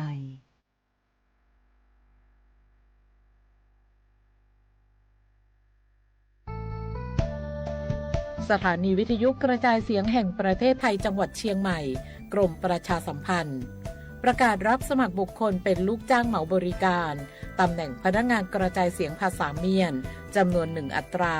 เพื่อเป็นตัวแทนนำข่าวสารร่วมพัฒนาคุณภาพชีวิตชาวเมียนและเผยแพร่วัฒนธรรมท้องถิ่นให้เป็นที่รู้จัก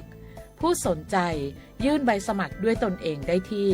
งานธุรการสถานีวิทยุกระจายเสียงแห่งประเทศไทยจังหวัดเชียงใหม่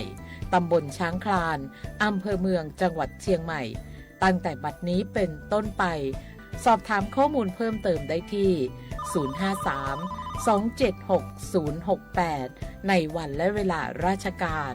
มังลิวเอาเก่งเศร้าก็ร่วมเป็นเจ้าภาพงานระดับโลกจัดขึ้นในประเทศไทยการประชุมสภาผู้ว่าการกองทุนการเงินระหว่างประเทศและกลุ่มธนาคารโลก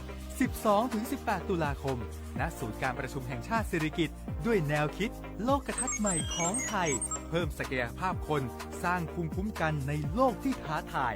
มาร่วมเป็นส่วนหนึ่งของการประชุมครั้งประวัติศาสตร์เพื่อปรับตัวสู่อนาคตร่วมกันอย่างมั่นคง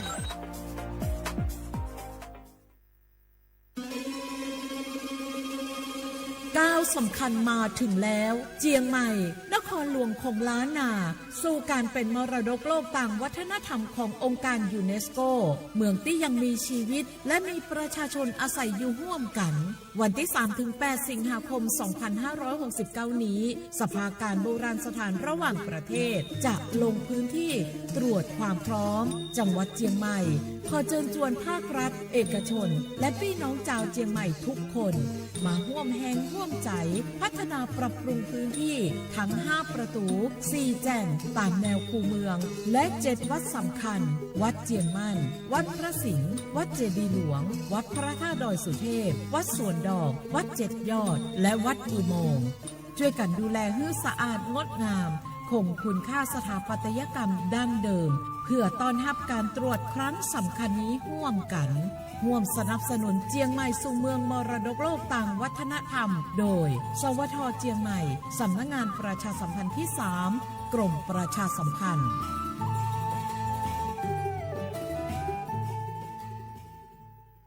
ใครๆก็รู้กัน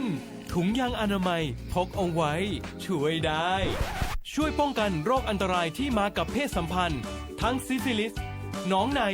เอดส์ไวรัสตับอักเสบบีหรือแม้แต่มะเร็งปากมดลูกช่วยป้องกันถ้ายังไม่อยากมีลูกหรือท้องไม่พร้อมตอนนี้แต่ที่ยังไม่รู้คือไม่ใช่สิทธิ์บัตรทองก็มีสิทธิ์ขอรับถุงยางอนามัยได้รวมถึงยาคุมกำเนิดฟรีสิทธิประโยชน์สำหรับคนไทยทุกคนสอบถามเพิ่มเติมสายด่วนสปสช1330ตลอด24ชั่วโมงพี่น้องเขาสนใจใครปืนเผาผ่านตั้งห้องเปิดเสียงสวทเก้งใหม่ปั่นตั้งหูห่มปาดังมีดังซื้อถ่อมแจ้งแล้งหลีกว่าไก่ในปื้นตีเจดอนเก้งใหม่กับสืบมาไลดีสวทเก้งใหม่หมายฟ้น053-276-068และ0922468579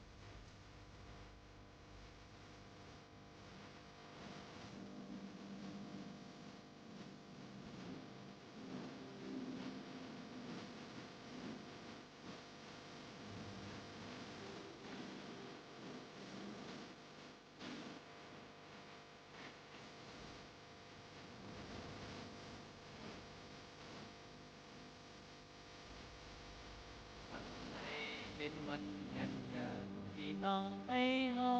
ยมาตักวันเสือน้องกันตักกันเอาอย่างไรไปต่อฟ้าที่จอดยาต่อหน้าอันยาว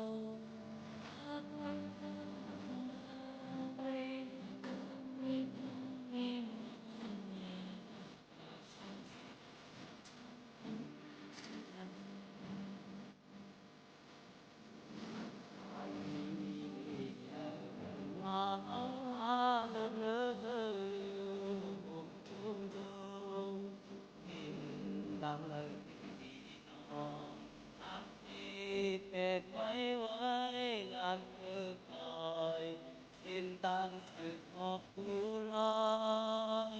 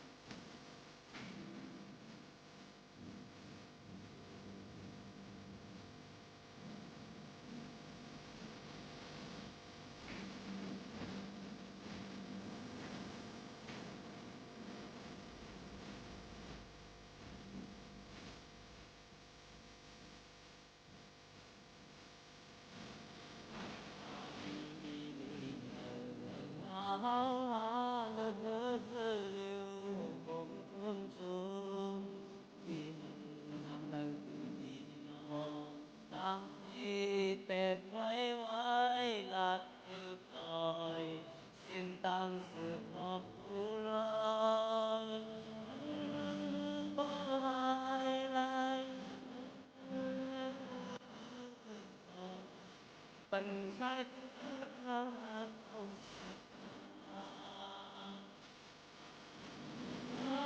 ต้องมีนะ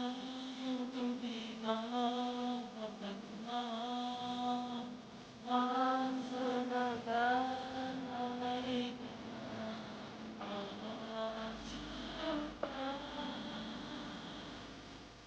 วันไหน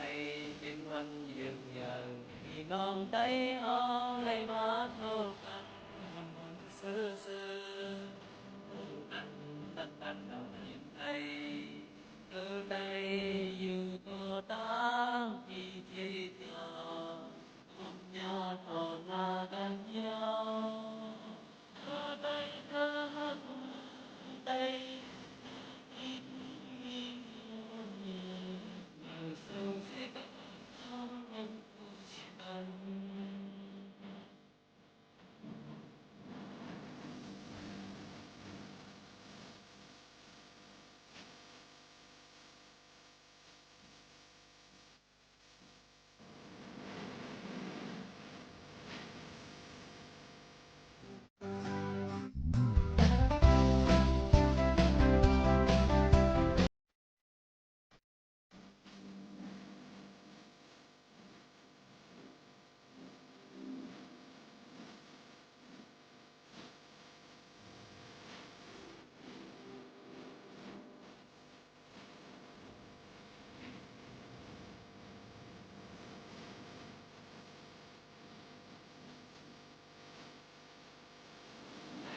เป็นวันเย็นยามที่น้องให้ห้อ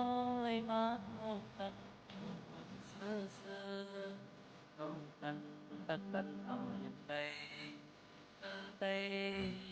ก็ตาที่จอดยาเอาตากันยาว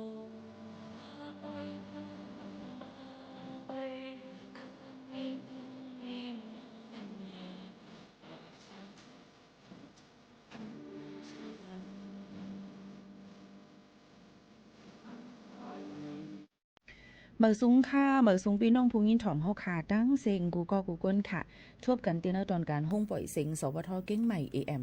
147กิโลเฮิรตซ์ปืนปล่อยเซ็งกูวันบ่ถึงมาข้าวยาม 10 โมงถึง 11 โมงกลางเหนือกลางค่ำอยู่จอมเขายิงหมูขาวนนสุภาวันเชื้อสารวินเป็นอุ้ยก่ออุ้ยเซปอแม่ปีๆน้องๆเขาค่ะตอนแต่ในวันเมื่อในถึงมาในวันจันทร์ที่27เดือนธันวาคม2เหงปลาย26ปีพุทธศักราช2เหง5ปากปลาย69ปีใต้2เหง1ปากปลาย20ปีก็จะ1เหง3ปากปลาย88คู่ถึงมาเหลือน8เหมอ13คำในวันเมื่อในค่ะอำมึงอำนั่นขนอพี่น้องเขาค่ะเปิ้นก็ดีเข้าว่าซากันพี่น้องเขาค่ะรู้เครื่องปองให้สร้างซึ่งคือกันพองมังก็ว่าในว่า3เหลือนในตีเงื่งแลเงื่งแวเป็ดเรามือเขาว่าเนี่ยค่ะมังก็ว่าอำเป็นสังเวียนบ่ว่าอำได้กินอยู่ตาเสจิมเจ้าในก็เตมีมาก้อยกาซึ่งหือก่อหลีค่ะเกี่ยวกับเลยลองตั้งเจ้าในมันเป็นเลยลองตั้งป้ายอยู่หลีตัวเจ้าเก่าล่อนๆในนั่นค่ะตัวเจ้าเก่าที่เครื่องปองให้สร้างซึ่งหือเนี่ยก็อยู่ดีตัวเจ้าเก่านั่นก้อยเนี่ยค่ะขย้อนฝากไว้ปันปอแม่ปีๆน้องๆเขากูก็กูก้นจึงหนังในเนี่ยค่ะฝากถึงปอแม่ปีๆน้องๆเขาจึงหนังในสิอยู่เป็นโอ้ยก็ไอ้เซจ้อมกันกว่าอะไรไปเลยในก็ให้รถเพ่เขียนกันกูก็กูก้นตั้งหมดตั้งเสียงค่ะอยู่จ้อมเขาหมู่เขานุ่นจ้อมกันตีดัง AM 1476กิโลเฮิรตซ์จ้อมกันที่ในถอมไรตั้งเรดิโอออมล้ม AM 1476กิโลเฮิรตซ์ค่ะห้องปล่อยเสียงเฮาค่ะจือว่าสวทเก้งใหม่นะคะสถานีวิทยุกระจายเสียงแห่งประเทศไทยจังหวัดเชียงใหม่ AM 1476กิโลเฮิรตซ์ปืนปล่อยเสียงกูวันๆค่ะข่าวยาม 10 โมงถึง 11 โมงกลางในและกลางค่ำ1วัน2ข่าวเนี่ยนั่นค่ะใครข่าวฝากตอนเมื่อดังเฮิรเนี่ยก็อย่าลืมส่งข้อความมาอำนั้นก็กับสืบมาตีหมายฟุ้น0532760007ค่ะ0532760007ในค่ะนะเดี๋ยวก็กับสืบมาดังข้อความก็ไหลนี่นั่นค่ะบอกลาถึงว่าจื้อเผอก็ไหลลุกล้างเผอส่งถึงเผอวันไหลไหลเจิมเจ้าหนังไหนค่ะกำมังก็ถามว่าค้าใครผักมือดังเฮิรนนี่ครับหัวเผอเป็นเผอกอบนั้นแคนโดเฮ็ดให้มันแจงแรงสิต่อแต่แค่นี้เฮาค่ะก็ติบอกลาถึงพี่น้องเขาจึงหนังไหนค่ะออนตั้งในดิออนเอาข่าวเงาเกี่ยวกับไปลองการล่ามคัดไว้ลองฟิงฟ้าราศีฝากดวนจนถึงพี่น้องเขาเปิ้นล่ามคัดไว้ในเนาะพี่น้องเขามันก็ว่าตั้งเฮาในตรงฝนเดตกในข่าวก็ซ้ำอำใจเปต่างกะลาอีสังนังเก่าไว้กล่าวว่าเอาข่าวเงาเกี่ยวกับไปลองการล่ามคัดลองฟิงฟ้าราศีกรมอุตุนิยมวิทยาอันว่านั่นเอามาต่อไต่ไข่นี้ ฝากตอนจุถึงปอแม่ปีน้องๆเฮาเขาในนั่นค่ะพี่น้องเฮาเขาค่ะบ่ได้มาด้วยในนั่นค่ะลองฟิงฟ้าราศีนั่นในวันที่27 28 29 30ในจึงตั้งเมืองไทยหลายองตีติยาฝนตกลงมาห้าวเฮียงหมั่งตีติจังมีหมากเฮ็บผ้าผาผ้าหลังในนั้นค่ะน้ำน้ำทุมน้ำนวงไหลจอมน้ำปังหลายอันจอมน้ำปังหลายจึงจะได้น้ำปังหลายที่จังขึ้นสูงน้ำหอนปังหลายที่จังขึ้นสูง 2-3 เมตรหลู่เลยฟังกันไว้จอมในนั้นค่ะป้อถามมาป้อว่าที่ใครกว่าเอลเลตีปังหลายอันนั้นก็มันก็ว่าทะเลมันนั้นก็ซีอันว่านั้นในจึงป้อได้ใครกว่าเลตีดังน้ำปังหลายในสุกาเข้าเลือน6เลือน7เลือน8ในฉุกดีเลยกว่าลีขนาดพี่น้องเขาย้อนบูว่ามันเป็นข้าวดีฝนร่มๆน่ะก็ลูกได้กว่าไหวหรือเส้นนั่นนะคะมันก็ตีตื้อเข้มลีพอถามมาตกกะข้าวใหม่ข้าวเปิ้นปิกย่องเป็นซัมเมอร์จำจะไหนเนาะเป็นข้าวเปิ้นอึดเฮียนจะไหนก่อนไหลอยู่ใกล้ๆมันใหม่ข้างหน้าตอนใดหมวกเขาโน่นดีกว่าหมอกเลือน10 11จะไหนหาลีดเกี่ยวขนาดพี่น้องเขาค่ะก้อยกาจึงหือกอลีค่ะเอาโหลเลยล่ำด้วยว่าการล่ำคาดไว้ว่าลงนาว่าเป็นจึงหือก้อยกาป้อกว่าเย่าเฮาฮู้อะไรคะลูกน้องก็ป้อเปิ้นลาดมาคอสั่งเปิ้นลาดจึงหือถูกเลยกว่าเล่นน้ำปังลายถูกเลยเงื่องแวจำจะไหนก่อนโหลเลยหางเฮียนกันไว้ในนั้นค่ะรู้ล้อมได้ถึงลองลอดเพศดูเสาเก่าไว้ก่อนในนั้นค่ะเนาะก็ออกมาฝากตอนจนถึงพ่อแม่ปีน้องๆเขาซึ่งหนังไหนค่ะเนาะยก็กอมนั้นเลยพี่น้องเขาจะซื้ออันอยู่จ้อมตามห้วยสันร้อยหลายๆตีก็โหลฟังไว้ลองลิ้นหยดลิ้นก่นลิ้นปังต้นไม่ล่มติ่งจ้อมเซนตาสายตั้งไหนค่ะโยก็ตั้งเหมือนหนังตั้งเมืองเมฮองซอนว่าตั้งแม่จันเก่งไห้ว่าว่ามือซื่นตะคิเล็กกว่าเจ้าเนี่ยฝนตกป้อมถาดค่ะเนาะเฮ็ดเฮาเสียนตั้งกว่าก็มืนแล้วก็ลิ้นก็เป็นเปื้อเป็นอุ้งจะได้ก็รู้เลยฟังกันไว้จ้อมในนั้นค่ะพี่น้องเขาค่ะฝากตอนจะถึงกันค่ะเมื่อในเหตุการณ์เที่ยง1วันเมื่อพุกมาเป็นวันเกิดจมุนเนี่ยคุณค่ำในตวนที่10แลเมื่อในตอนเนยหมู่เขานวลเขาและเจ้าหน้าที่ตั้งห้องการฐานะก่อกับสืบข่าวที่3ในนั้นค่ะสำนักงานประชาสัมพันธ์ที่3ในค่ะเนาะโคมดังเจ้าหน้าที่หลายก็เลยอ่อนกันกว่ายุกุ่งย่อมูลจำเนี่ยคุณคำในตัวที่14หมอกละถึงว่าที่เป็นเหตุการณ์ก้นหนังคาคนเมืองกว่าเฮาเป็นก้นหลีเนี่ยค่ะเป็นก้นซื้อโยคึงปองให้สร้างกว่าในนั้นค่ะเมื่อในเตรียมเจ้าเตรียมเซลขนมมันก็ถามว่าเมื่อในใครแต่งตัวใครเรียบร้อยว่าน่ะเรียบร้อยนะคะแคมแลบยันบอกว่าเป็นเต็มเลยปล่อยคนหูสุกสักให้ไหนค่ะเนาะเก็บคนหูให้แคมแลบให้ไหนค่ะมันมาเป็นลองฟิงการอันละอันนั้นขนาดไหนพี่น้องเขาค่ะอันนี้ก็มาฝากถึงพี่น้องเขาแทงมาเต็มเจ้าเต็มเซี่ยวในนั้นค่ะในวันมื้อในมื้อผูกมามื้อผูกมื้อฮื้อมื้อ1 3วันค่ะก็นั้นห้องการอันเหตุการณ์ลุ่มห้องการหลายๆฝ่ายเป็นค่ะคุณเมืองจำเจนค่ะเนาะเปิ้นติกึดลือกึดย่างค่ะย้อนอะไรมื้อในก็เตเลยว่ามาเหตุการณ์ลดกาก็ป้อนน้ำย้อนเบอร์ว่าโฮงเฮียนเปิ้นอึดว่าเมื่อว่าเป็นวันอาทิตย์ของใจมื้อในทั้งวันนึงมื้อผูกมื้อฮื้อเปิ้นก็ติลือเยาในบางโฮงเฮียนเปิ้นก็ติปีกว่าเหตุมันขึ้นกว่าเพิ่มเติมแทงต่างวันจึงไหนค่ะอันนี้ก็เดี๋ยวเลยว่าเตรียมเจ้าเมื่อในเลยฮอรถกะมาเลยง่ายเงียบเนี่ยป้อมีรถก้านนำในนั่นค่ะอันนี้ก็เป็นแทงหนึ่งรองมาฝากตอนถึงกันเมื่อผูกเป็นวันเกิดจำเนียนหนูข้ามมือคือที่เป็นวันอาสาฬหบูชาวันขวาในค่ะนะแทง30ก็ที่เป็นวันขวาสังขาเจ้ามันก็ที่เป็น3วันลือจ้อมกันก้ามเหลียวจึงหนังในค่ะป้อแม่ปีน้องๆเขาอันนี้ก็เอามาฝากถึงป้อแม่ปีน้องๆเขาให้ไล่ยินถ่อมจ้อมกันในวันเมื่อในจึงหนังในค่ะเพ่งความอันเปิดความเมื่อใกล้นะคะเป็นเพ่งความตรงตักปีน้องความจมปีน้องนี่นั่นค่ะเฮาหาหนังกันบ่เฮาค่ะปันแห้งเจอกันเผอสำติมาปันแห้งเจอเฮาค่ะละเฮาหาหนังกันนี่ค่ะหมอยุกกุ่งย่อมุนเนกันเผอสำติมายุกเจ้ายองของก็กาในนั่นค่ะก้อยกาขย้อนฝากไว้ปั่นพ่อแม่พี่น้องเขาจะเจอฮู้ว่าเตรียมมีสังเหมาฮิบมาปั่นให้กวนเฮาคานั่นนี่มีลองดังสุกสักอ่อนบ่แม่ไปหรือสิว่าเหตุการณ์อยู่เมืองไทยว่าหยาบเย้าเปิ้นก็ตึกเพียวมวยตีนยอเป็ดก้นอันเหตุการณ์ถูกแม่นจำหนังปักเปิงไม้มีก้นอันเหตุการณ์เลยลองตั้งว่านายจังแม่นองตีองตั้งนาการอันกว่าลุงเซียนสายไม้ว่าแม่นจังนั้นเฮ็ดให้ตกใจสิซ้ำไปมีมาแทงป้อวันขวาได้อย่าไปกว่าที่เกี้ยงนั้นวัดในว่านี่อันในค่ะเปิ้นก็ตั้งวัดไหนค่ะตั้งวัดพระธาตุลอยค้ำตั้งเจตวันเก้งใหม่เปิ้นก็ลาดมาไว้ว่าเลยลาสิอิดว่าคอความเจ้านั่นพี่น้องเขาเพอกว่าเตรียมกว่าว่านั่นขนาดเนาะจึงนั้นเนี่ยค่ะเปิ้นเลยแจกเพเนอเลือเจอจัดภาษาศาสนาอีสังในนั้นค่ะที่ตั้งวัดที่เปิ้นก็เฮ็ดลิกซับแจงมาปั่นยาว่าเลยว่ายังกว่าลูกกว่าด้านไรปักเก่าปึงเก่ากุ้ยเสียมจึงหนังไหนค่ะย้อนนั่นแหละพี่น้องเขาก็อย่าไปมาสร้างข่าวอันปลอมอันพังมันเฮ็ดให้เขาหาหนังกันสุกเจอนี่นั่นค่ะก่อนนั้นลองบ่ได้มาถามพี่หมู่ข่าวนู่นว่าก็เหตุการณ์ตั้งหลีกุสูตีเลยล่ะไล่เห็นว่านั้นกว่าตีไรก็ไล่กว่าตีเลยก็ไล่สั่งเจอว่าเจอเฮาค่ะมีน้ำเจอผึกจืนข่าวเซอซีเฮ็ดกว่าเลยลองตั้งเต็มอกเต็มเจอ ดูต้านกว่านั่นนี่นั่นค่ะเจอเลยว่าหลูเลยเตียงหังเฮ็ดหังมีเฮ็ดมีเงินมีคำหอยเงินหอยคำเฮกว่าหลูกะแค่แข็งปืนเจอตั้งหลูค่ะนะก็นั่นเลยลองตั้งเจอในเฮาคาถูกเลยป่องเจอการตราเนี่ยค่ะมันก็ถามว่าแต่บ่หันปีโมเขานั่นกว่าที่ว่าที่ก้องแกนั่นแกไหนล่ะนี่ค่ะอยู่ดีเจอค่ะเยอะก็กว่าเหี่ยวในคำตั้นในถ่ายแคบหางค่ะพี่น้องเขากว่าลูกกว่าต้าในลองก้นเหตุการณ์เต้ๆในตั้นมีแคบหางนะพี่น้องปีโมขาวโน้นตีลาดกว่าจังนั้นเฮียงเลยว่านะฮัลโหลเหตุการณ์ฮัลโหลมันตั้นเอาแคบหางมาถ่ายเลยเสียว่าแต่มีก้นจางก้นสีก็ไว้เหี่ยวก็มาถ่ายมันเฮานั่นน่ะเขาก็มีเงินกับจางเขามาถ่ายมันเฮาของจะย้อนนั่นแหละกำนำก้นอันเหตุการณ์ในป้อมีแคบหางค่ะนะก้นอันที่เลยเสียว่าก้นกว่าเฮก็หยัดนำคำเตาก็หลูป้อขหันนะแต่เหลียวในตั้งพี่น้องใต้เขาขาในติดโซเชียลมีเดียกล้าหืออันว่านั่นปางหลูขับตัวก้นตายว่าปางยังสิมว่าปู่ป้านเขาเนี่ยค่ะมังก็แค่หนังเขาย้อนค่ะเหมือนในก็ให้ไหนที่เขาวนว่ามันเป็นลองเตเฮ็ดหือเลียเฮาหลูเลยหัวหน้าการนั้นเฮ็ดหรือเฮ็ดจึงหือพองเนี่ยมังปอเฮาเฮ็ดหน้าการนี่เพราะว่าให้ค่ากับเฮ็ดหน้าการหับการด้วยเสียนอันเฮียก็หลูเฮ็ดไหนไว้ติ๊กๆเฮียก็เฮ็ดไหนมันก็ไปเจอมิวมันขนาดเนาะก็นั่นแหละลองตั้งเจอในเฮาขาก็หลูเลยฮู้ว่าเฮานำมือพองเฮาขาเหตุการณ์นั่นเฮาก็ถูกลีเลยงึงแวว่าอันเลยเฮาถูกลีเลยถ่ายแค่พังเลยถ่ายแค่พังมันก็ถามว่ามันก็หลูกับตั้งแกนั้นหาในวันตั้งเลยถ่ายค่ะพี่น้องเขาเพราะเหตุการณ์เนี่ยถามด้วยต้องใจพี่น้องเขาดูสิว่าหลูกับสร้างภาพเนี่ยจังๆนั้นน้องที่เป็นเจ้านั้นที่ก็นั่นแหละบางลองมาอันมาอย่าไปกอดแทบตัดปันปืนในนั้นขนาดเฮาหลูเลยฮู้ว่าตัวเจ้าเก่าเฮ็ดอีสังอยู่เฮ็ดให้เต็มทนการนั้นก็ป้อยนี่นั่นค่ะโยก็เกี่ยวกับเรื่องแทงรองนึงนั่นในค่ะเนาะพี่น้องกำเดี๋ยวมาลาดในพี่น้องเขาอย่าลืมไล่แชร์บันเฮาค่ะจ้อมค่ะนะกำบีโมเขาเนาะเดี๋ยวมาลาดเกี่ยวกับเรื่องว่า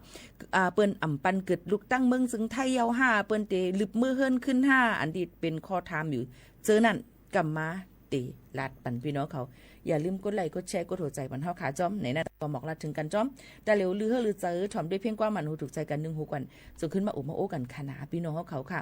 ถ่อมด้วยเพียงกว่ามันหูถูกใจกันอิดอีกอนจงขึ้นมาถ่อมอะไรลองอะไรอันจ้อมกันเที่ยงไหนนั่นค่ะเอาพี่น้องเขาค่ะถ่อมอยู่ที่เราตั้งไหลต้องตักกันเขามาอะไรค่ะนะพี่น้องเขาค่ะอำหึงอำนั่นก็เปิ้นตีเข้าว่าซานี่ค่ะว่าถามว่าเข้าว่าซาอย่ามันเป็นหังล่ะมันเป็นหังค่ะมันก็ยังตึกเหมือนเก่านั่นน่ะเนาะพี่น้องเขาเนาะถ่อมจ้ำกันค่ะเพียงกว่าหมดในค่ะนะ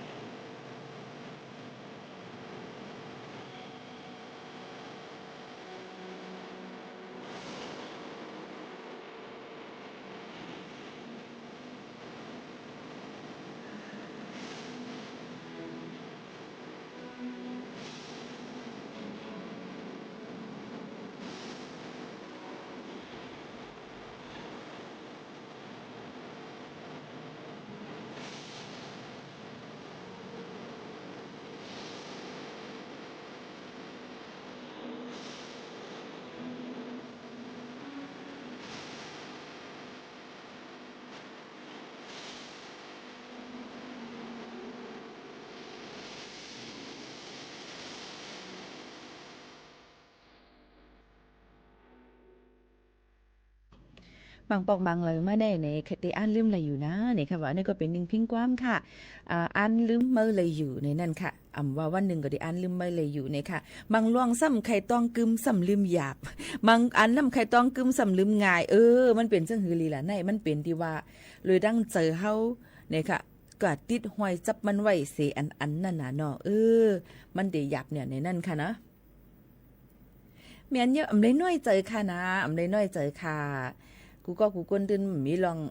องมาติหนุ่มขึ้นมาตื่นเด็ดเท่ามาดะสินังหือว่าเปิ้นได้มีเครื่องขึ้นกับกว่าจันเข่งนากับยิบนาจังหือก็เย่าในค่ะเนาะมันก็ติเฮ็ดเฮาก็ตื่นเท่าอยู่กว่ามาอยู่จอมข้าวยามมันนั่นเย่าจังไหนค่ะเมื่อไกลก็เป็นเพียงความใจเนาะคำห้องไว้นี่นั่นค่ะพี่น้องเขาค่ะนี่ก็เป็นเพียงความมนุษย์ถูกใจแทงนึงโหฝากเตือนถึงพี่น้องเขาให้แรงยินถ่อมจ้อมกันในตอนการเฮาค่ะดีในนี่นั่นค่ะก็ถ่อมจ้อมกันดีในเนาะเพียงความตะเหลียวก็ออกมาเหมือนน้ำเมียวก็เฮ็ดให้เฮาค่ะเลยถ่อมกว่าตั้งน้ำตั้งหลายนี่นั่นค่ะพี่น้องเขาค่ะมาตัวนี่นั่นค่ะมาตัวเกี่ยวกับเลยลองว่า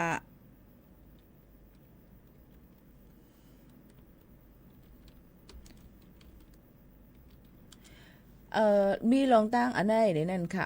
มีคนก็ลาดไว้ว่าเนี่ยค่ะมันก็มาคุณเตอาชีวะในนั่นค่ะในก็มาหมอกลัดถึงว่าก็เป็นข้อความที่มันใจลาดนั่นค่ะเนาะเจอว่าจันจังพี่น้องแห่งการยันเมืองนะก้อยกัดสุดีกว่าเอาข่าวเงาดอนด่าดีกว่าปืนเผาปืนเพนั่นสุดีเลยลาดลองตั้งอันถูกอันเมียนมันเจียมเจิงหนังไหนค่ะพอแม่ปีน้องเขาค่ะก็นั้นในลองตั้งเจอในปืนก็มาลานนี้นั่นค่ะเนาะว่าให้อย่างแลป่องเจอกัน5จึงหนังไหนค่ะ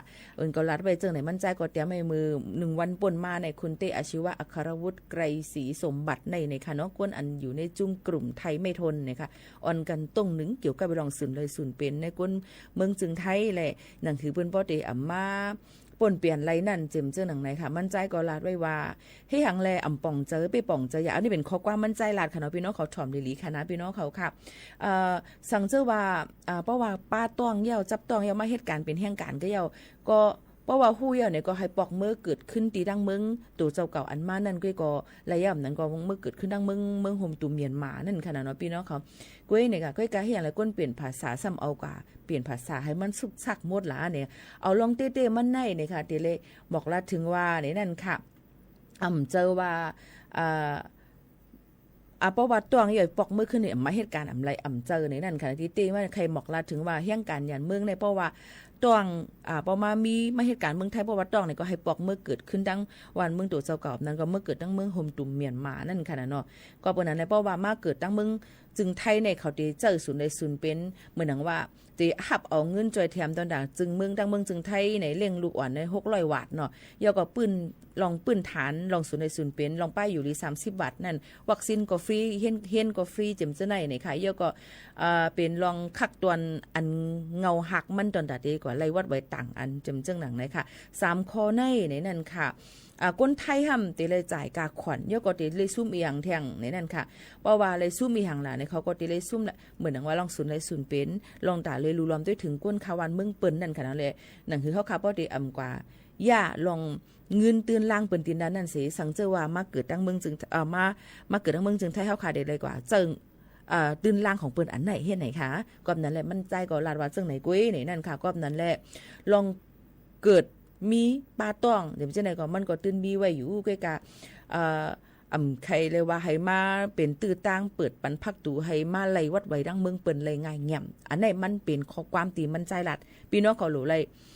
ป่องเจอจังไหนค่ะเนาะอันไหนค่ะเนาะพี่น้องเขาค่ะอันไหนก็เอามาฝากตวนจูถึงพี่น้องเขาสิในนั่นค่ะก็นั่นแหละเพราะว่าเมืองเปิ้นนั่นอันขึ้นอย่างเมืองมาเลเซียฟิลิปปินส์สิงคโปร์เจมส์ในเพราะว่ามีก้นกับเหตุการณ์เมืองเขาต้องเนี่ยเปิ้นก็ให้ส่งปอกเมื่อเกิดเมืองเปิ้นให้ขึ้นปอกมาเหตุการณ์ขึ้นกลไลอยู่เฮ็ดจังไหนนั่นค่ะเนาะลงตั้งอันไหนย้อนเปิ้นว่าเฮ็ดหังเลวานั่นล่ะย้อนเปิ้นว่ามีก้นจินเทามีก้นเขมีก้นอันตอนตัดได้ครึ่งปองให้สั่งให้ลูกหลานมาเกิดดังเมืองจึงไทยซื้อเอาปอเป็นก้นไทย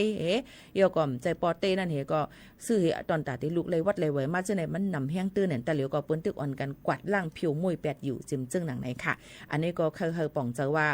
มันก็เป็นเต้เกิดขึ้นมีเต้แต่เหลียวก็ตียอบอยู่คือในนั่นค่ะเนาะพี่น้องเขาค่ะเอามาได้เป็นร่องแต่เหลียวขึ้นมีเทียงเขามาขัดไว้ หงหรือเซาหงแหลมเต็มจะในค่ะเนาะฮอแต่จำจะในเสียก็ตั้งจันเสียเอามาเฮ็ดการลองการหยอกเรียนเนื้อออนไลน์5ลองการเอามาสักเงินฟอกเงินหามันเป็นลองเงินขาว5จำจะใน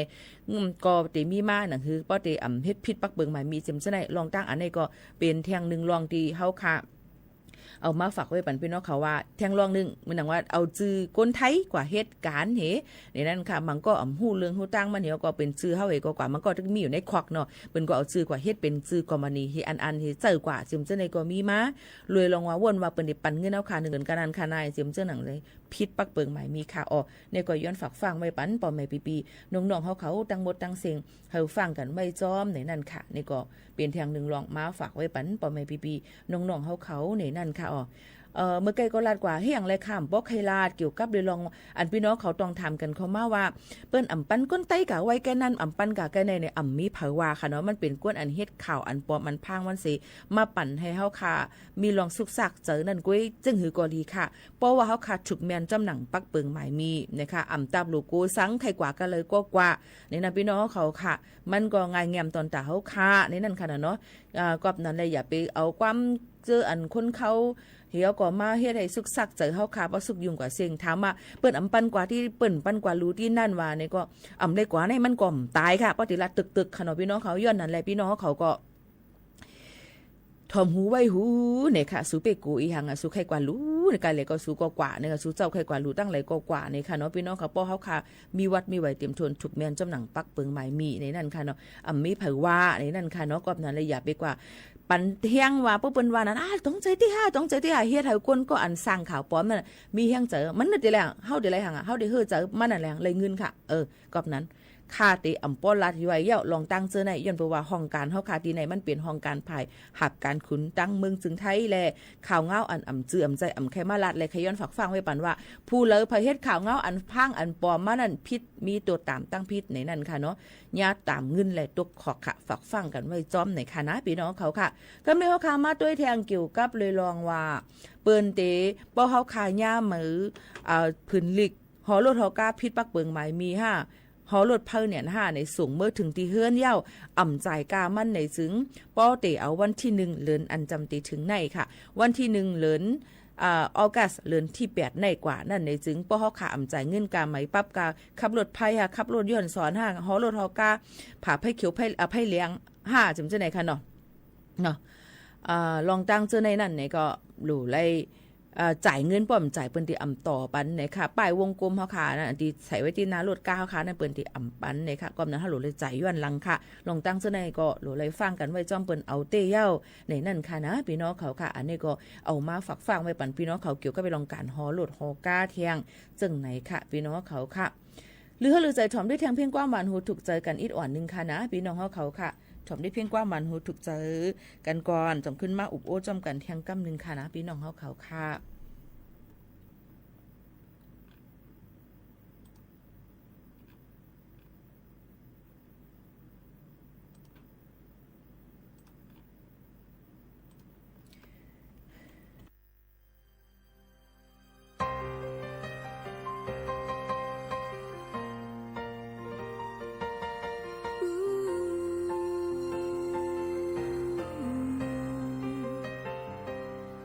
chẳng hoạt trưng mà yêu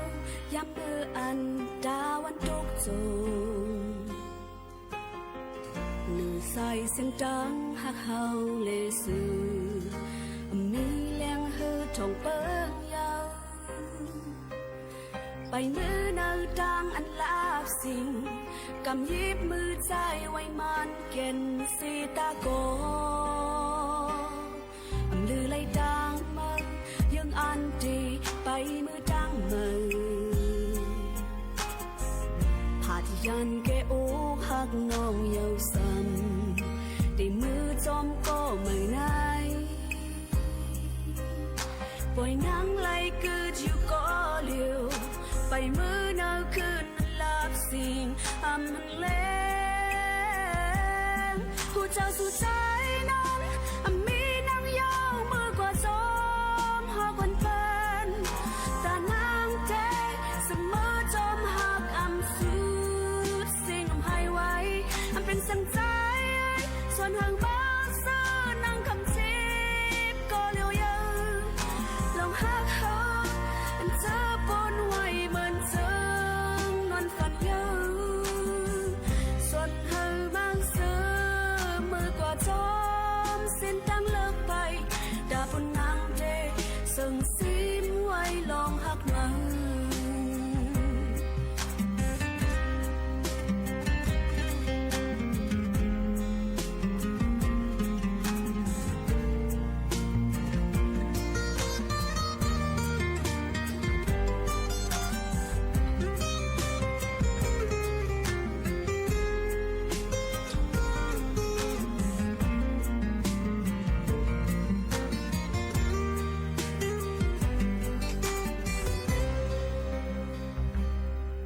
ลือเลยดังมา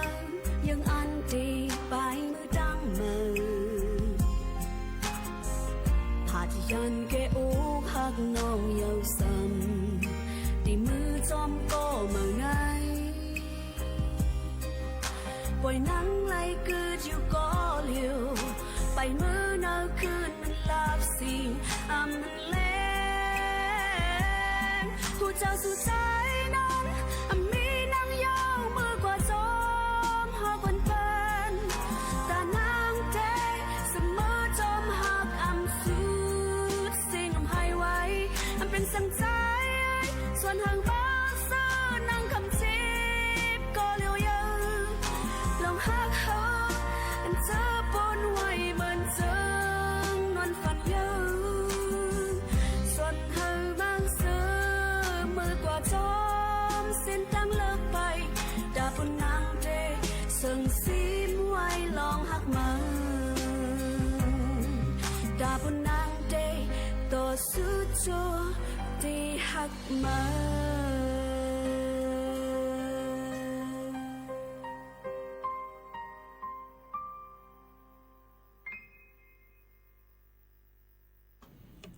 เอาค่ะพี่น้องเขาค่ะถ่อมจ้อมกันในตอนการห้องปล่อยเสียงสวทเก้งใหม่ AM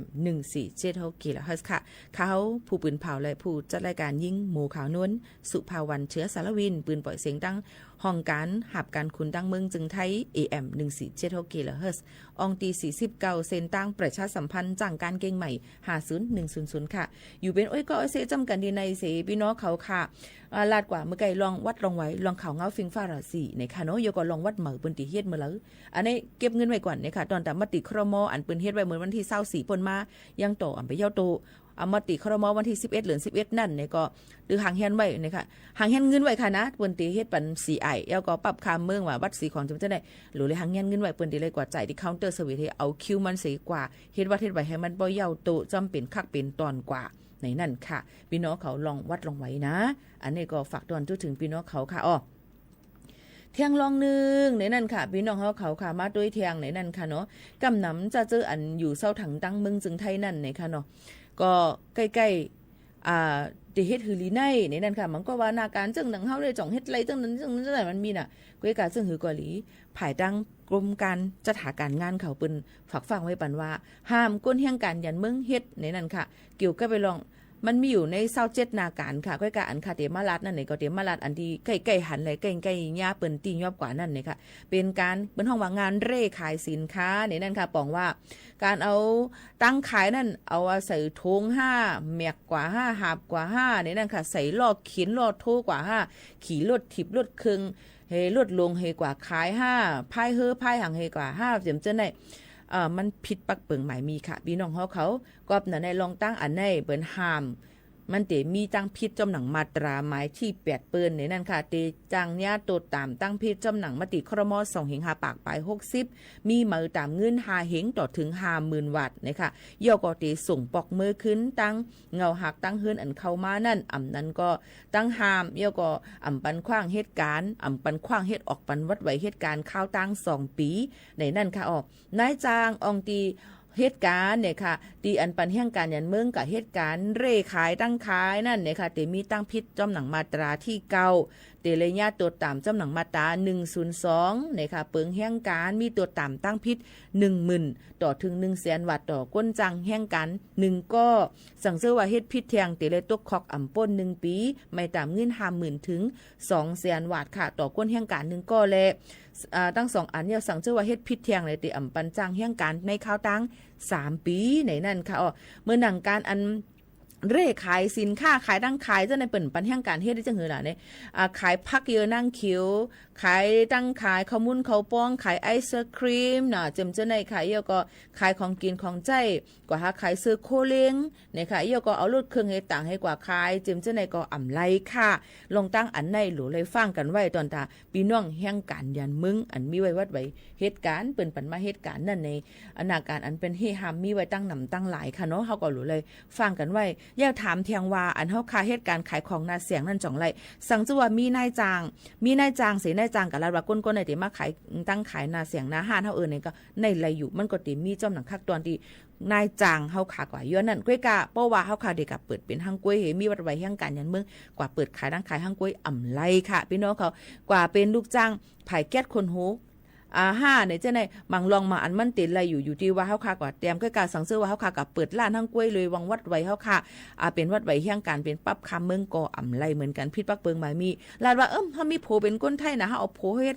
เจ้าของเสียงเจมเจ้าไหนเพราะว่าโผมันอ่ำเฮ็ดมันจะลูกน้องก่ออ่ำไรเหมือนกันลองตั้งเจ้าไหนพี่น้องเขาหลูไรฝากฟังไว้วันบางก็ถามว่าคนก็นั้นเป็นใต้หรือมาเฮ็ดอยู่แค่เปิ้นแต่โอนสัญชาติไทยเย่าก็จังเป็นไรอันนี้ก็อย่าไป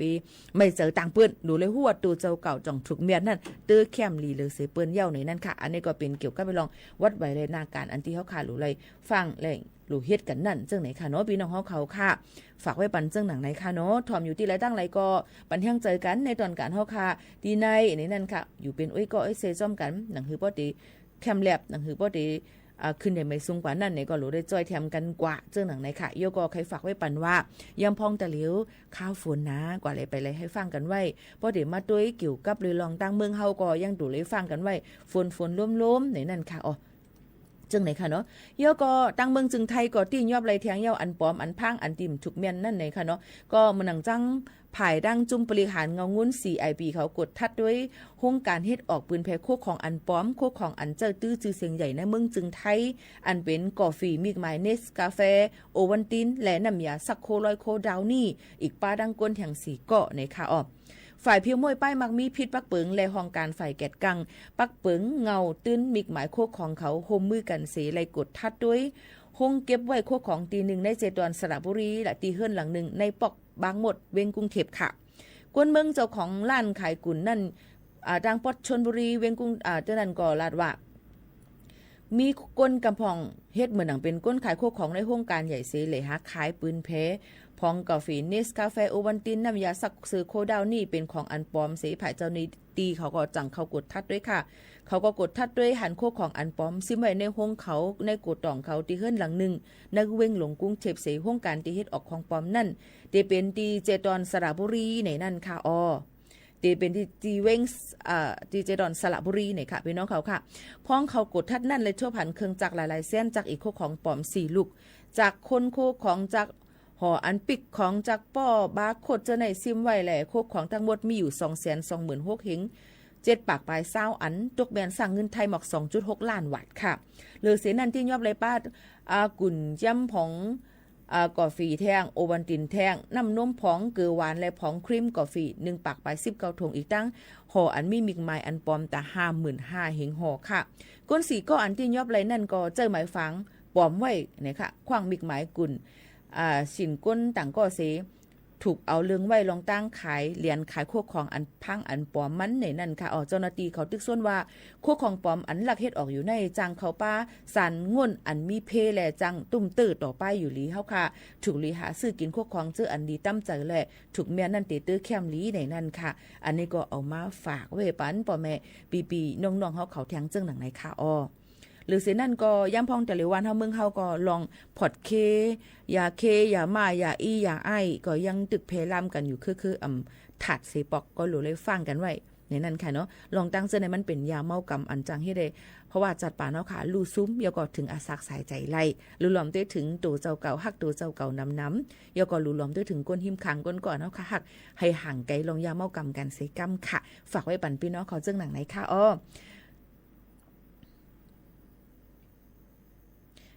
ย้ำพ้องตะเหลียวผัดยันมือก่อนนี่ค่ะพี่น้องเขาค่ะข้าวย่ำจำมดจำเซงนี่ค่ะเนาะเฮาคาก็ย่าค่ะมีน้ำยาใส่ผ้าหอมตีอันมีกลิ่นนั่นนี่ค่ะวัดปืนตีสูงวัดปืนตีสูงคารุเฮ็ดการขายของนาล้านจ่องไรค่ะ5ปีอันได้หลุเลยตัวเทียงว่าในปืนตีอันที่เฮาคากะขายกว่าถามตีเทศบาลตีเจนันว่าจ่องเฮาคาเปิดขายของไรนี่นั่นค่ะกำนำก็เพราะว่าเฮาคามีทะเบียนพาณิชย์ทะเบียนการกล้าจำได้อยู่เขตเดียจังไรอยู่อันนี้ก็ต้องถามที่เจ้าหน้าที่ปืนแทงกำนึงมันก็เปิ้นเฮ็ดไรค่ะเนาะบ่แม่นปีๆน้องๆเฮาเขาค่ะบางปืนตีปืนเฮ็ดไรค่ะค่ะขย้อนข้างขว้างถามมาภูมิฐานะเขาจ่อยงบงี้ ผู้มีฐานหน้าเขาจอยงบงี้ปันให้ลดหย่อนปันลองเพียวมวยกวนเฮียงการขาไข่ย้อนขว้างถามว่าผู้มีฐานหน้าเขาจอยงบงี้ปันให้ลดหย่อนปันลองเพียวมวยกวนเฮียงการอันนี้ข้อความลัดอ่ำสุดค่ะก่อมฮู้ดีว่าเฮือเนาะอยู่กัดมณีเสถอมอยู่ค่ะเงินจมค่ะ1ปื้น1เปิ้นอ่ำเจึกซ้ำเลิกตั้งใจเฮ็ดค่ะนะนอปีว่าค่ะนออันนี้ค่ะก่อมปองอะไรเกี่ยวก้นอันมีฐานะจังเหือเกี่ยวกับไปลงวัดไว้เฮียงการและก้นเฮียงการนั่นในป้อเขาขาดถูกแมนจอมหนังปักเปิงใหม่มีและเฮ็ดแมนจอมห้อยผ่ายกระทรวงแรงงานกระทรวงแรงการเปิ้นตำวางไว้นั่นในมันเตอ่ำมีลองสุกสักอีหังในค่ะเนาะพี่น้องเขาค่ะกอบนั่นแหละติกัดจอยเปิ้นก้นมีฐานะเปิ้นดิมาจอยจึงหือหลาเนี่ยหรือเลยด้วยทั้งกำหนึ่งข้อถามปีมันกว้างแห้งแน่นค่ะเนาะยกอขามหัวติดตัวปันจึงหือก้วยกะ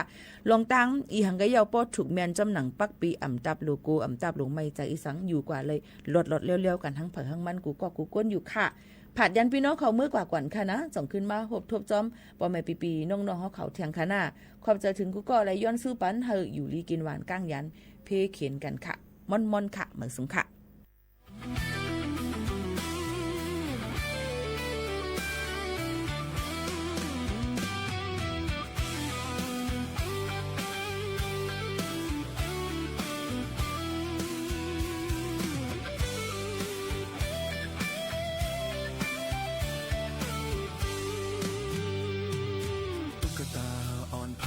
ขึ้นจอมในน้ำตู้เสกขึ้นเวทีสีปอตุ๊กตาอ่อนย่างลือกึดเสาการขึ้นกุ้งเยาวยาหอบปอยปอโจกู้โซกามันมาทบยาต่างๆหลีเจ้ามอนลาตุ๊กตาอ่อนเฮ็ดก้นปล่อยเฮ็ดก้นจอมคอยเปิ้นเสือมุนเจาะใจตุ๊กตาอ่อนปอดจานเป็นอ่านมาซ้อมาหาจูฮักปอดห้องมันตุ๊กตาอ่อนคนสอบในปอยเฮอแปดหังก้อยในปอยคืนปอโจกู้โซกามันห้ามทบยาก็โคยุ่มจูโมน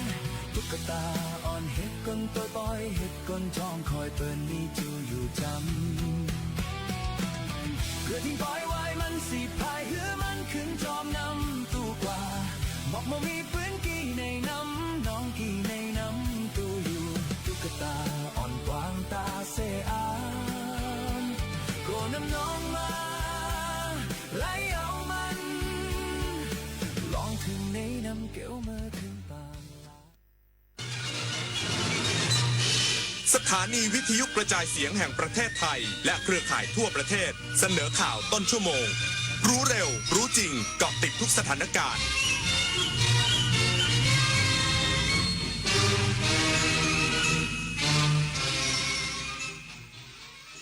รับฟังข่าวต้นชั่วโมง 23 นาฬิกากับธราวุฒิวิชัยดิษฐ์ครับพรุ่งนี้พื้นที่ป่าอนุรักษ์ทั่วประเทศเปิดให้คนไทยเที่ยวฟรีเนื่องในวันเฉลิมพระชนมพรรษาพระบาทสมเด็จพระเจ้าอยู่หัว28 กรกฎาคม 2569อีกสักครู่กลับมาติดตามรายละเอียดครับทรงเดินตามรอยพระบาทนาชนกเป็นปิ่นปกนครามหาสมัยสืบสารรักษาต่อยอดตลอดไปน้อมดวงใจถวายพระองค์ทรงพระเจริญด้วยเกล้าด้วยกระหม่อมขอเดชะข้าพระพุทธเจ้าคณะผู้บริหารข้าราชการและเจ้าหน้าที่สถานีวิทยุกระจายเสียงแห่งประเทศไทยกรมประชาสัมพันธ์วันอาสาฬหบูชาวันสำคัญทางพระพุทธศาสนาวันที่พระพุทธเจ้าทรงแสดงปฐมเทศนาธรรมจักรกัปวัตนสูตรจนเกิดพระรัตนตรัยครบองค์เป็นครั้งแรกขอเชิญพุทธศาสนิกชนร่วมทำบุญฟังธรรมรักษาศีลและเวียนเทียนพร้อมน้อมนำหลักทางสายกลางสู่การดำเนินชีวิตเพราะใจที่มีสติคือจุดเริ่มต้นของทุกความดีคุณหมดเงินไปเท่าไหร่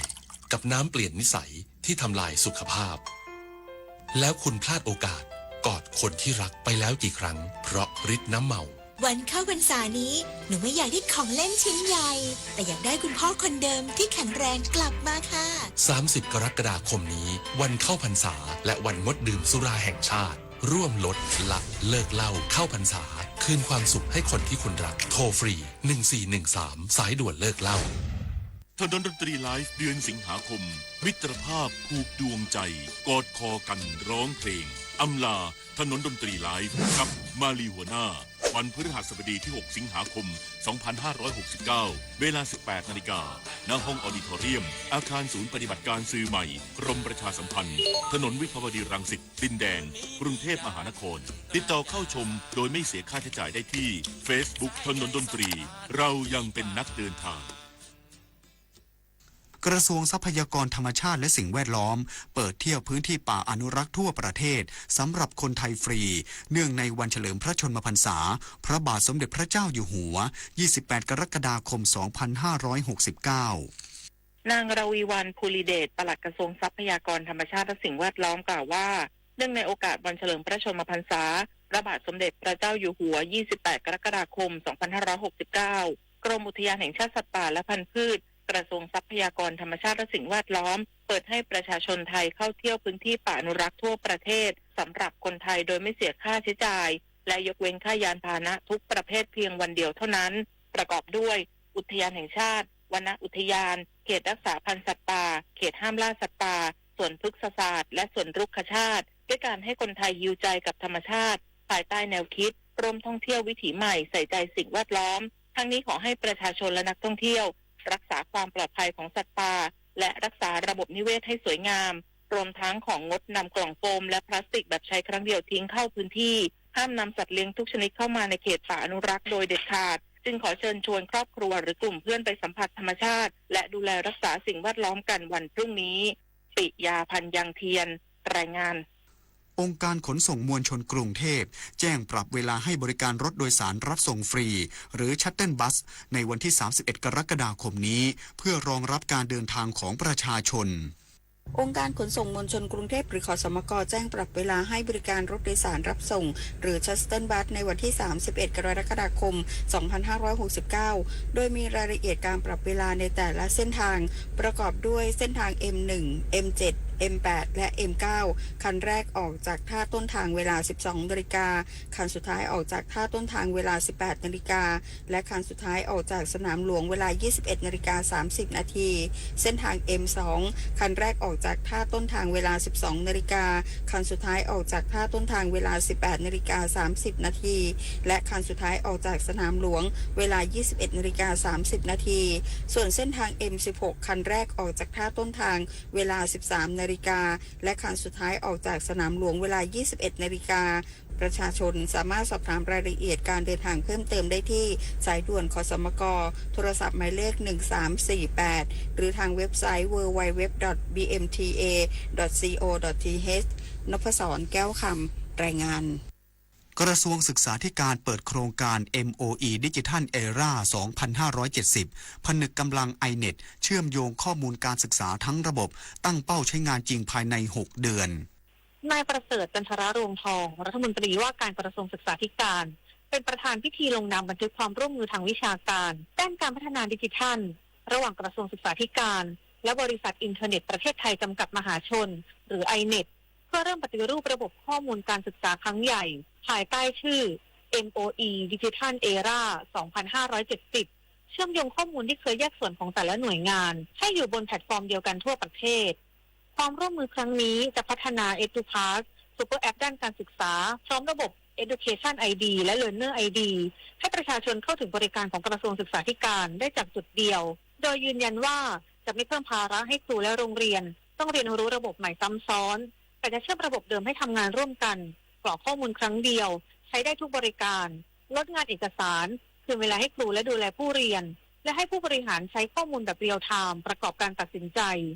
ทั้งนี้ได้สั่งการให้ทุกหน่วยงานแต่งตั้งผู้ประสานงานจัดทำแผนปฏิบัติร่วมกับ iNet คัดเลือกพื้นที่นำร่องและเร่งให้ระบบใช้งานได้จริงภายใน 6 เดือนก่อนขยายผลทั่วประเทศโดยการเปลี่ยนผ่านสู่รัฐบาลดิจิทัลด้านการศึกษาเป็นภารกิจที่ทุกหน่วยงานต้องร่วมขับเคลื่อนและจะเป็นรากฐานยกระดับคุณภาพการศึกษาไทยสู่การเป็นต้นแบบด้านการศึกษาของอาเซียน จิรวรรณช่วยเท้ารายงาน รู้ปิดรู้ใช้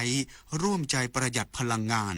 จบข่าวธราวุฒิวิชัยดิษฐ์อ่านรับฟังข่าวครั้งต่อไปเวลา 6 นาฬิกาครับ ติดตามข่าวที่นำเสนอไปแล้วได้ที่ www.thainews.prd.go.th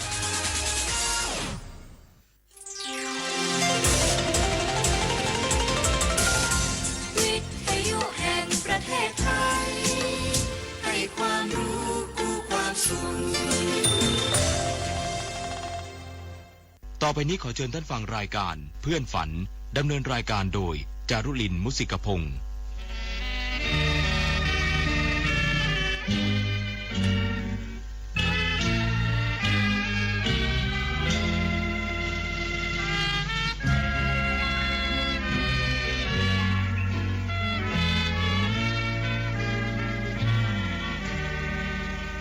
อยากมีเพื่อนรวมฝันในวันนี้ วันที่มีเสียงเพลงบรรเลงวอนเดี๋ยวออดอ่อนเดี๋ยวเรื่องรื่นแสนชื่นบานเดี๋ยวสาบสานเดี๋ยวโศกซึ้งตรึงหาไทย ชั่วโมงที่2ของเพื่อนฝันวันจันทร์ที่ 27 กรกฎาคม 2569 สุวิทย์โสมนัสควบคุมเสียงนะคะ เพลงแรกในช่วงนี้คือเพลงชาติเกียรติวินัยกล้าหาญคุณเฉลิมขวัญโหมดประดิษฐ์และคุณสุวรรณพลอยประดิษฐ์ขับร้องกับวงดุริยางค์ทหารอากาศค่ะ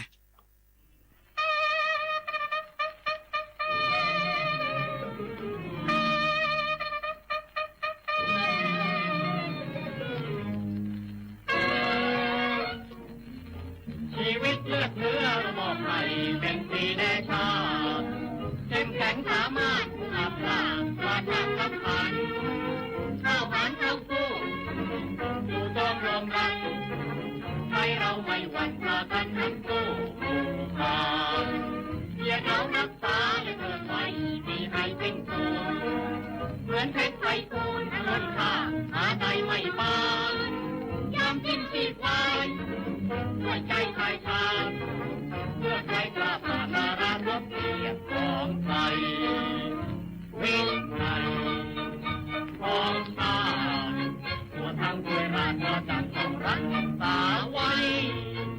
เป็นระเบียบเรียบใสนำน้อมจิตใจว่าอะไรตามกันวินัยของชาติตัวทั้งด้วยราชก็จังต้องรักษาไว้เป็นระเบียบเรียบใสนำน้อมจิตใจว่าอะไรตามกันถ้าหากลบสู้ก็ใช่ไม่ผูกเรื่องชื่อให้ใครได้ลือประเทศไทยถูกความสดใสเราต้องกันแคว้นเขตแดนไทยมันชัวเน็ตเนรังผูกพันใจไทยมันสามัคคี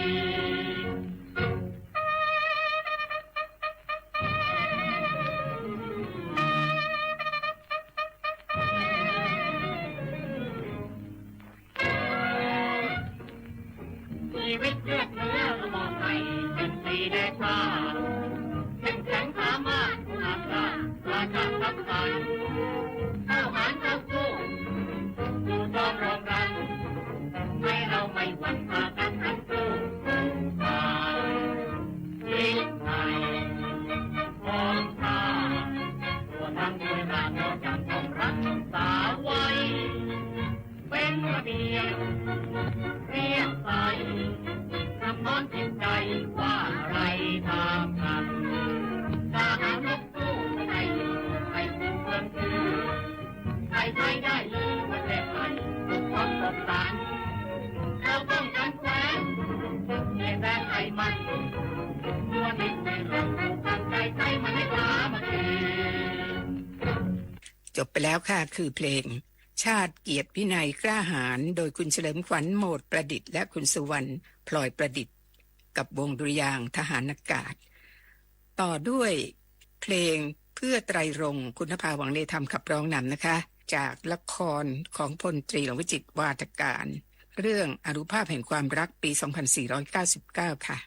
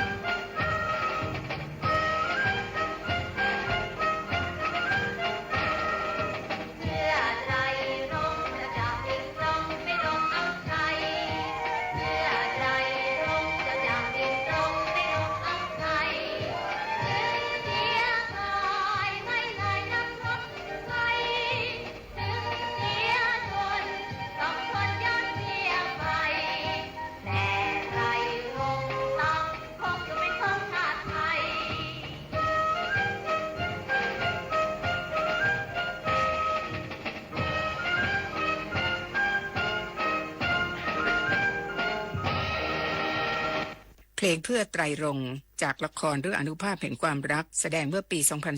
2499 ผลงานของพลตรีหลวงวิจิตรวาทการจบไปแล้วท่านผู้ฟังคะมีท่วงทำนองเพลงไทยอยู่เพลงหนึ่งคือทำนองสร้อยแสงแดงก็มีครูเพลงนำทำนองเพลงนี้มาใช้ในการประพันธ์เพลงไทยสากลอยู่หลายเพลงคืนนี้เลือกมา3เพลงค่ะเพลงแรกสร้อยแสงแดงโดยคุณสมจิตตัดจินดาผลงานของคุณสมยศทัศนพันธ์นะคะต่อได้ไก่ฟ้าคุณชาญเย็นแขบันทึกเสียงผลงานของครูสไลไกรเลิศและสอเกตศิริและมนเสียงซึงหม่อมราชวงศ์ถนัดศรีสวัสดิวัฒน์บันทึกแผ่นเสียงผลงานของคุณอาจินปัญจพันธ์ศิลปินแห่งชาติค่ะทั้งหมดนี้ใช้ทำนองเพลงไทยสร้อยแสงแดง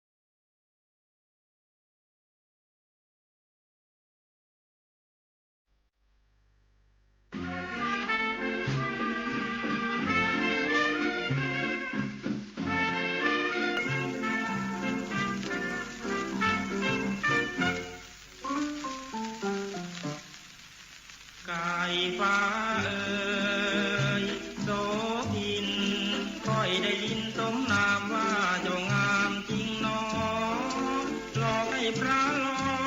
กรักจนก่อรำเค็นติดตามยากเย็นเพราะเป็นด้วยมนต์ดุดากายฟ้าเอ่ยโสพินค่อยได้ยินสมนามว่าเจ้างามนักหนาโอ้เจ้าขวัญตาสวยสง่าชนายค่อยสู้ตามไปถึงดงแดนไพรซอกซอนโศกเอ่ยบอกเคยพบเจ้าค่อยหลงแต่เงาค่อยเฝ้าเป็นทุกข์อาวรณ์คิดไปใจค่อยสะท้อนร้าวร้อนมิวายอาวรณ์หวั่นใจกายฟ้าเอ่ยโสพินค่อยได้ยินสมนามว่าเจ้างามชนายโอ้เจ้าขวัญใจขอจงได้คู่คานค่อยทรมานลงตามมานานเจ้าเอ๋ย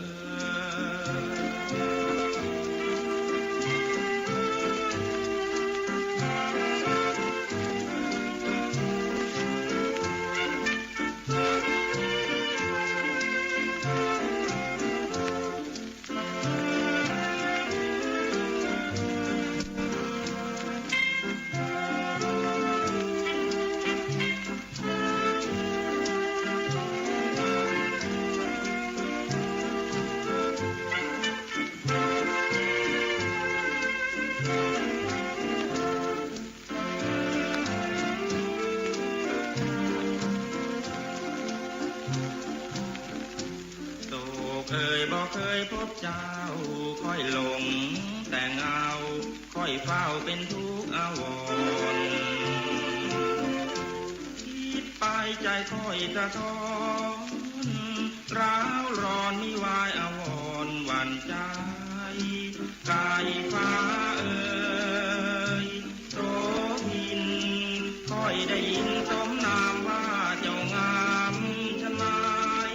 โอ้เจ้าขวัญใจขอจงได้คู่คานค่อยทรมานลงตามมานานเจ้าเอ๋ย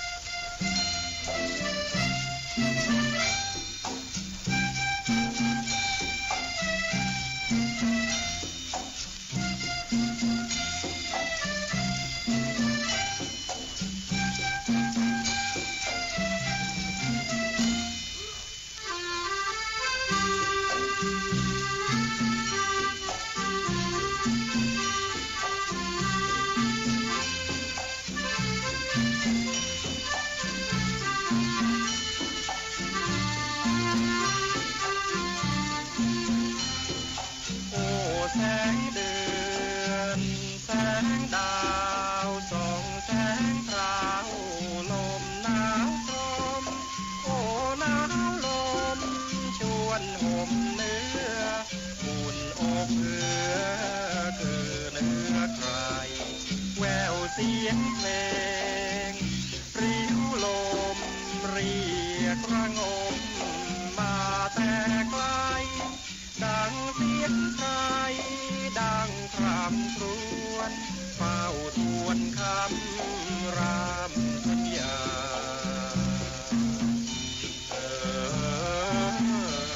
เรียกร้องรำหาทั้งราตรีสัญญาที่เคยเอื้อนอย่าเลือนน้ำคำ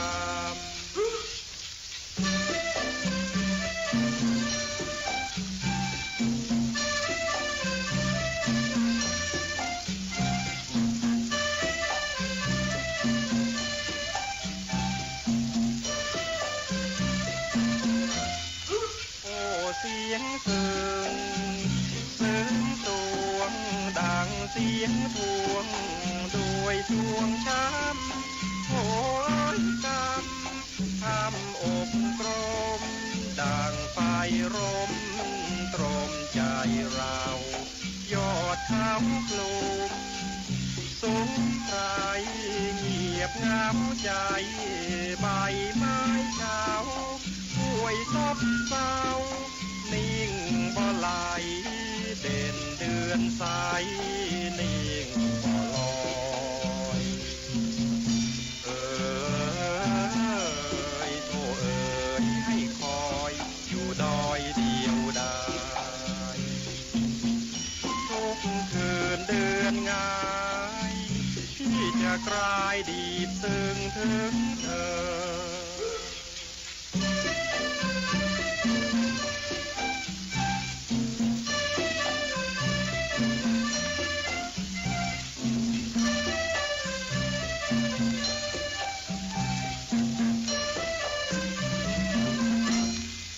3 เพลงที่จบไปนั้นเป็นเพลงที่ใช้ทำนองเพลงไทยสร้อยแสงแดงช่วงต่อไปนี้เราจะฟังเพลงที่ครูเพลงท่านแต่งโดยมีเข้าโครงหรือสืบเนื่องมาจากวรรณกรรมเรื่องต่างๆจะเริ่มด้วยเรื่องสามก๊กนะคะเป็นนิยายอิงประวัติศาสตร์ของจีนในช่วงศตวรรษที่3ค่ะประพันธ์ขึ้นในสมัยราชวงศ์หมิงนะคะโดยล่อกวนตงเนื้อหาของสามก๊กนี้ก็พูดถึงกลยุทธ์ทางทหารเล่ห์เหลี่ยมทางการเมืองแล้วก็ความจงรักภักดีท่ามกลางความขัดแย้งเพื่อจะแย่งชิงอำนาจในการรวมแผ่นดินจีนเข้าด้วยกัน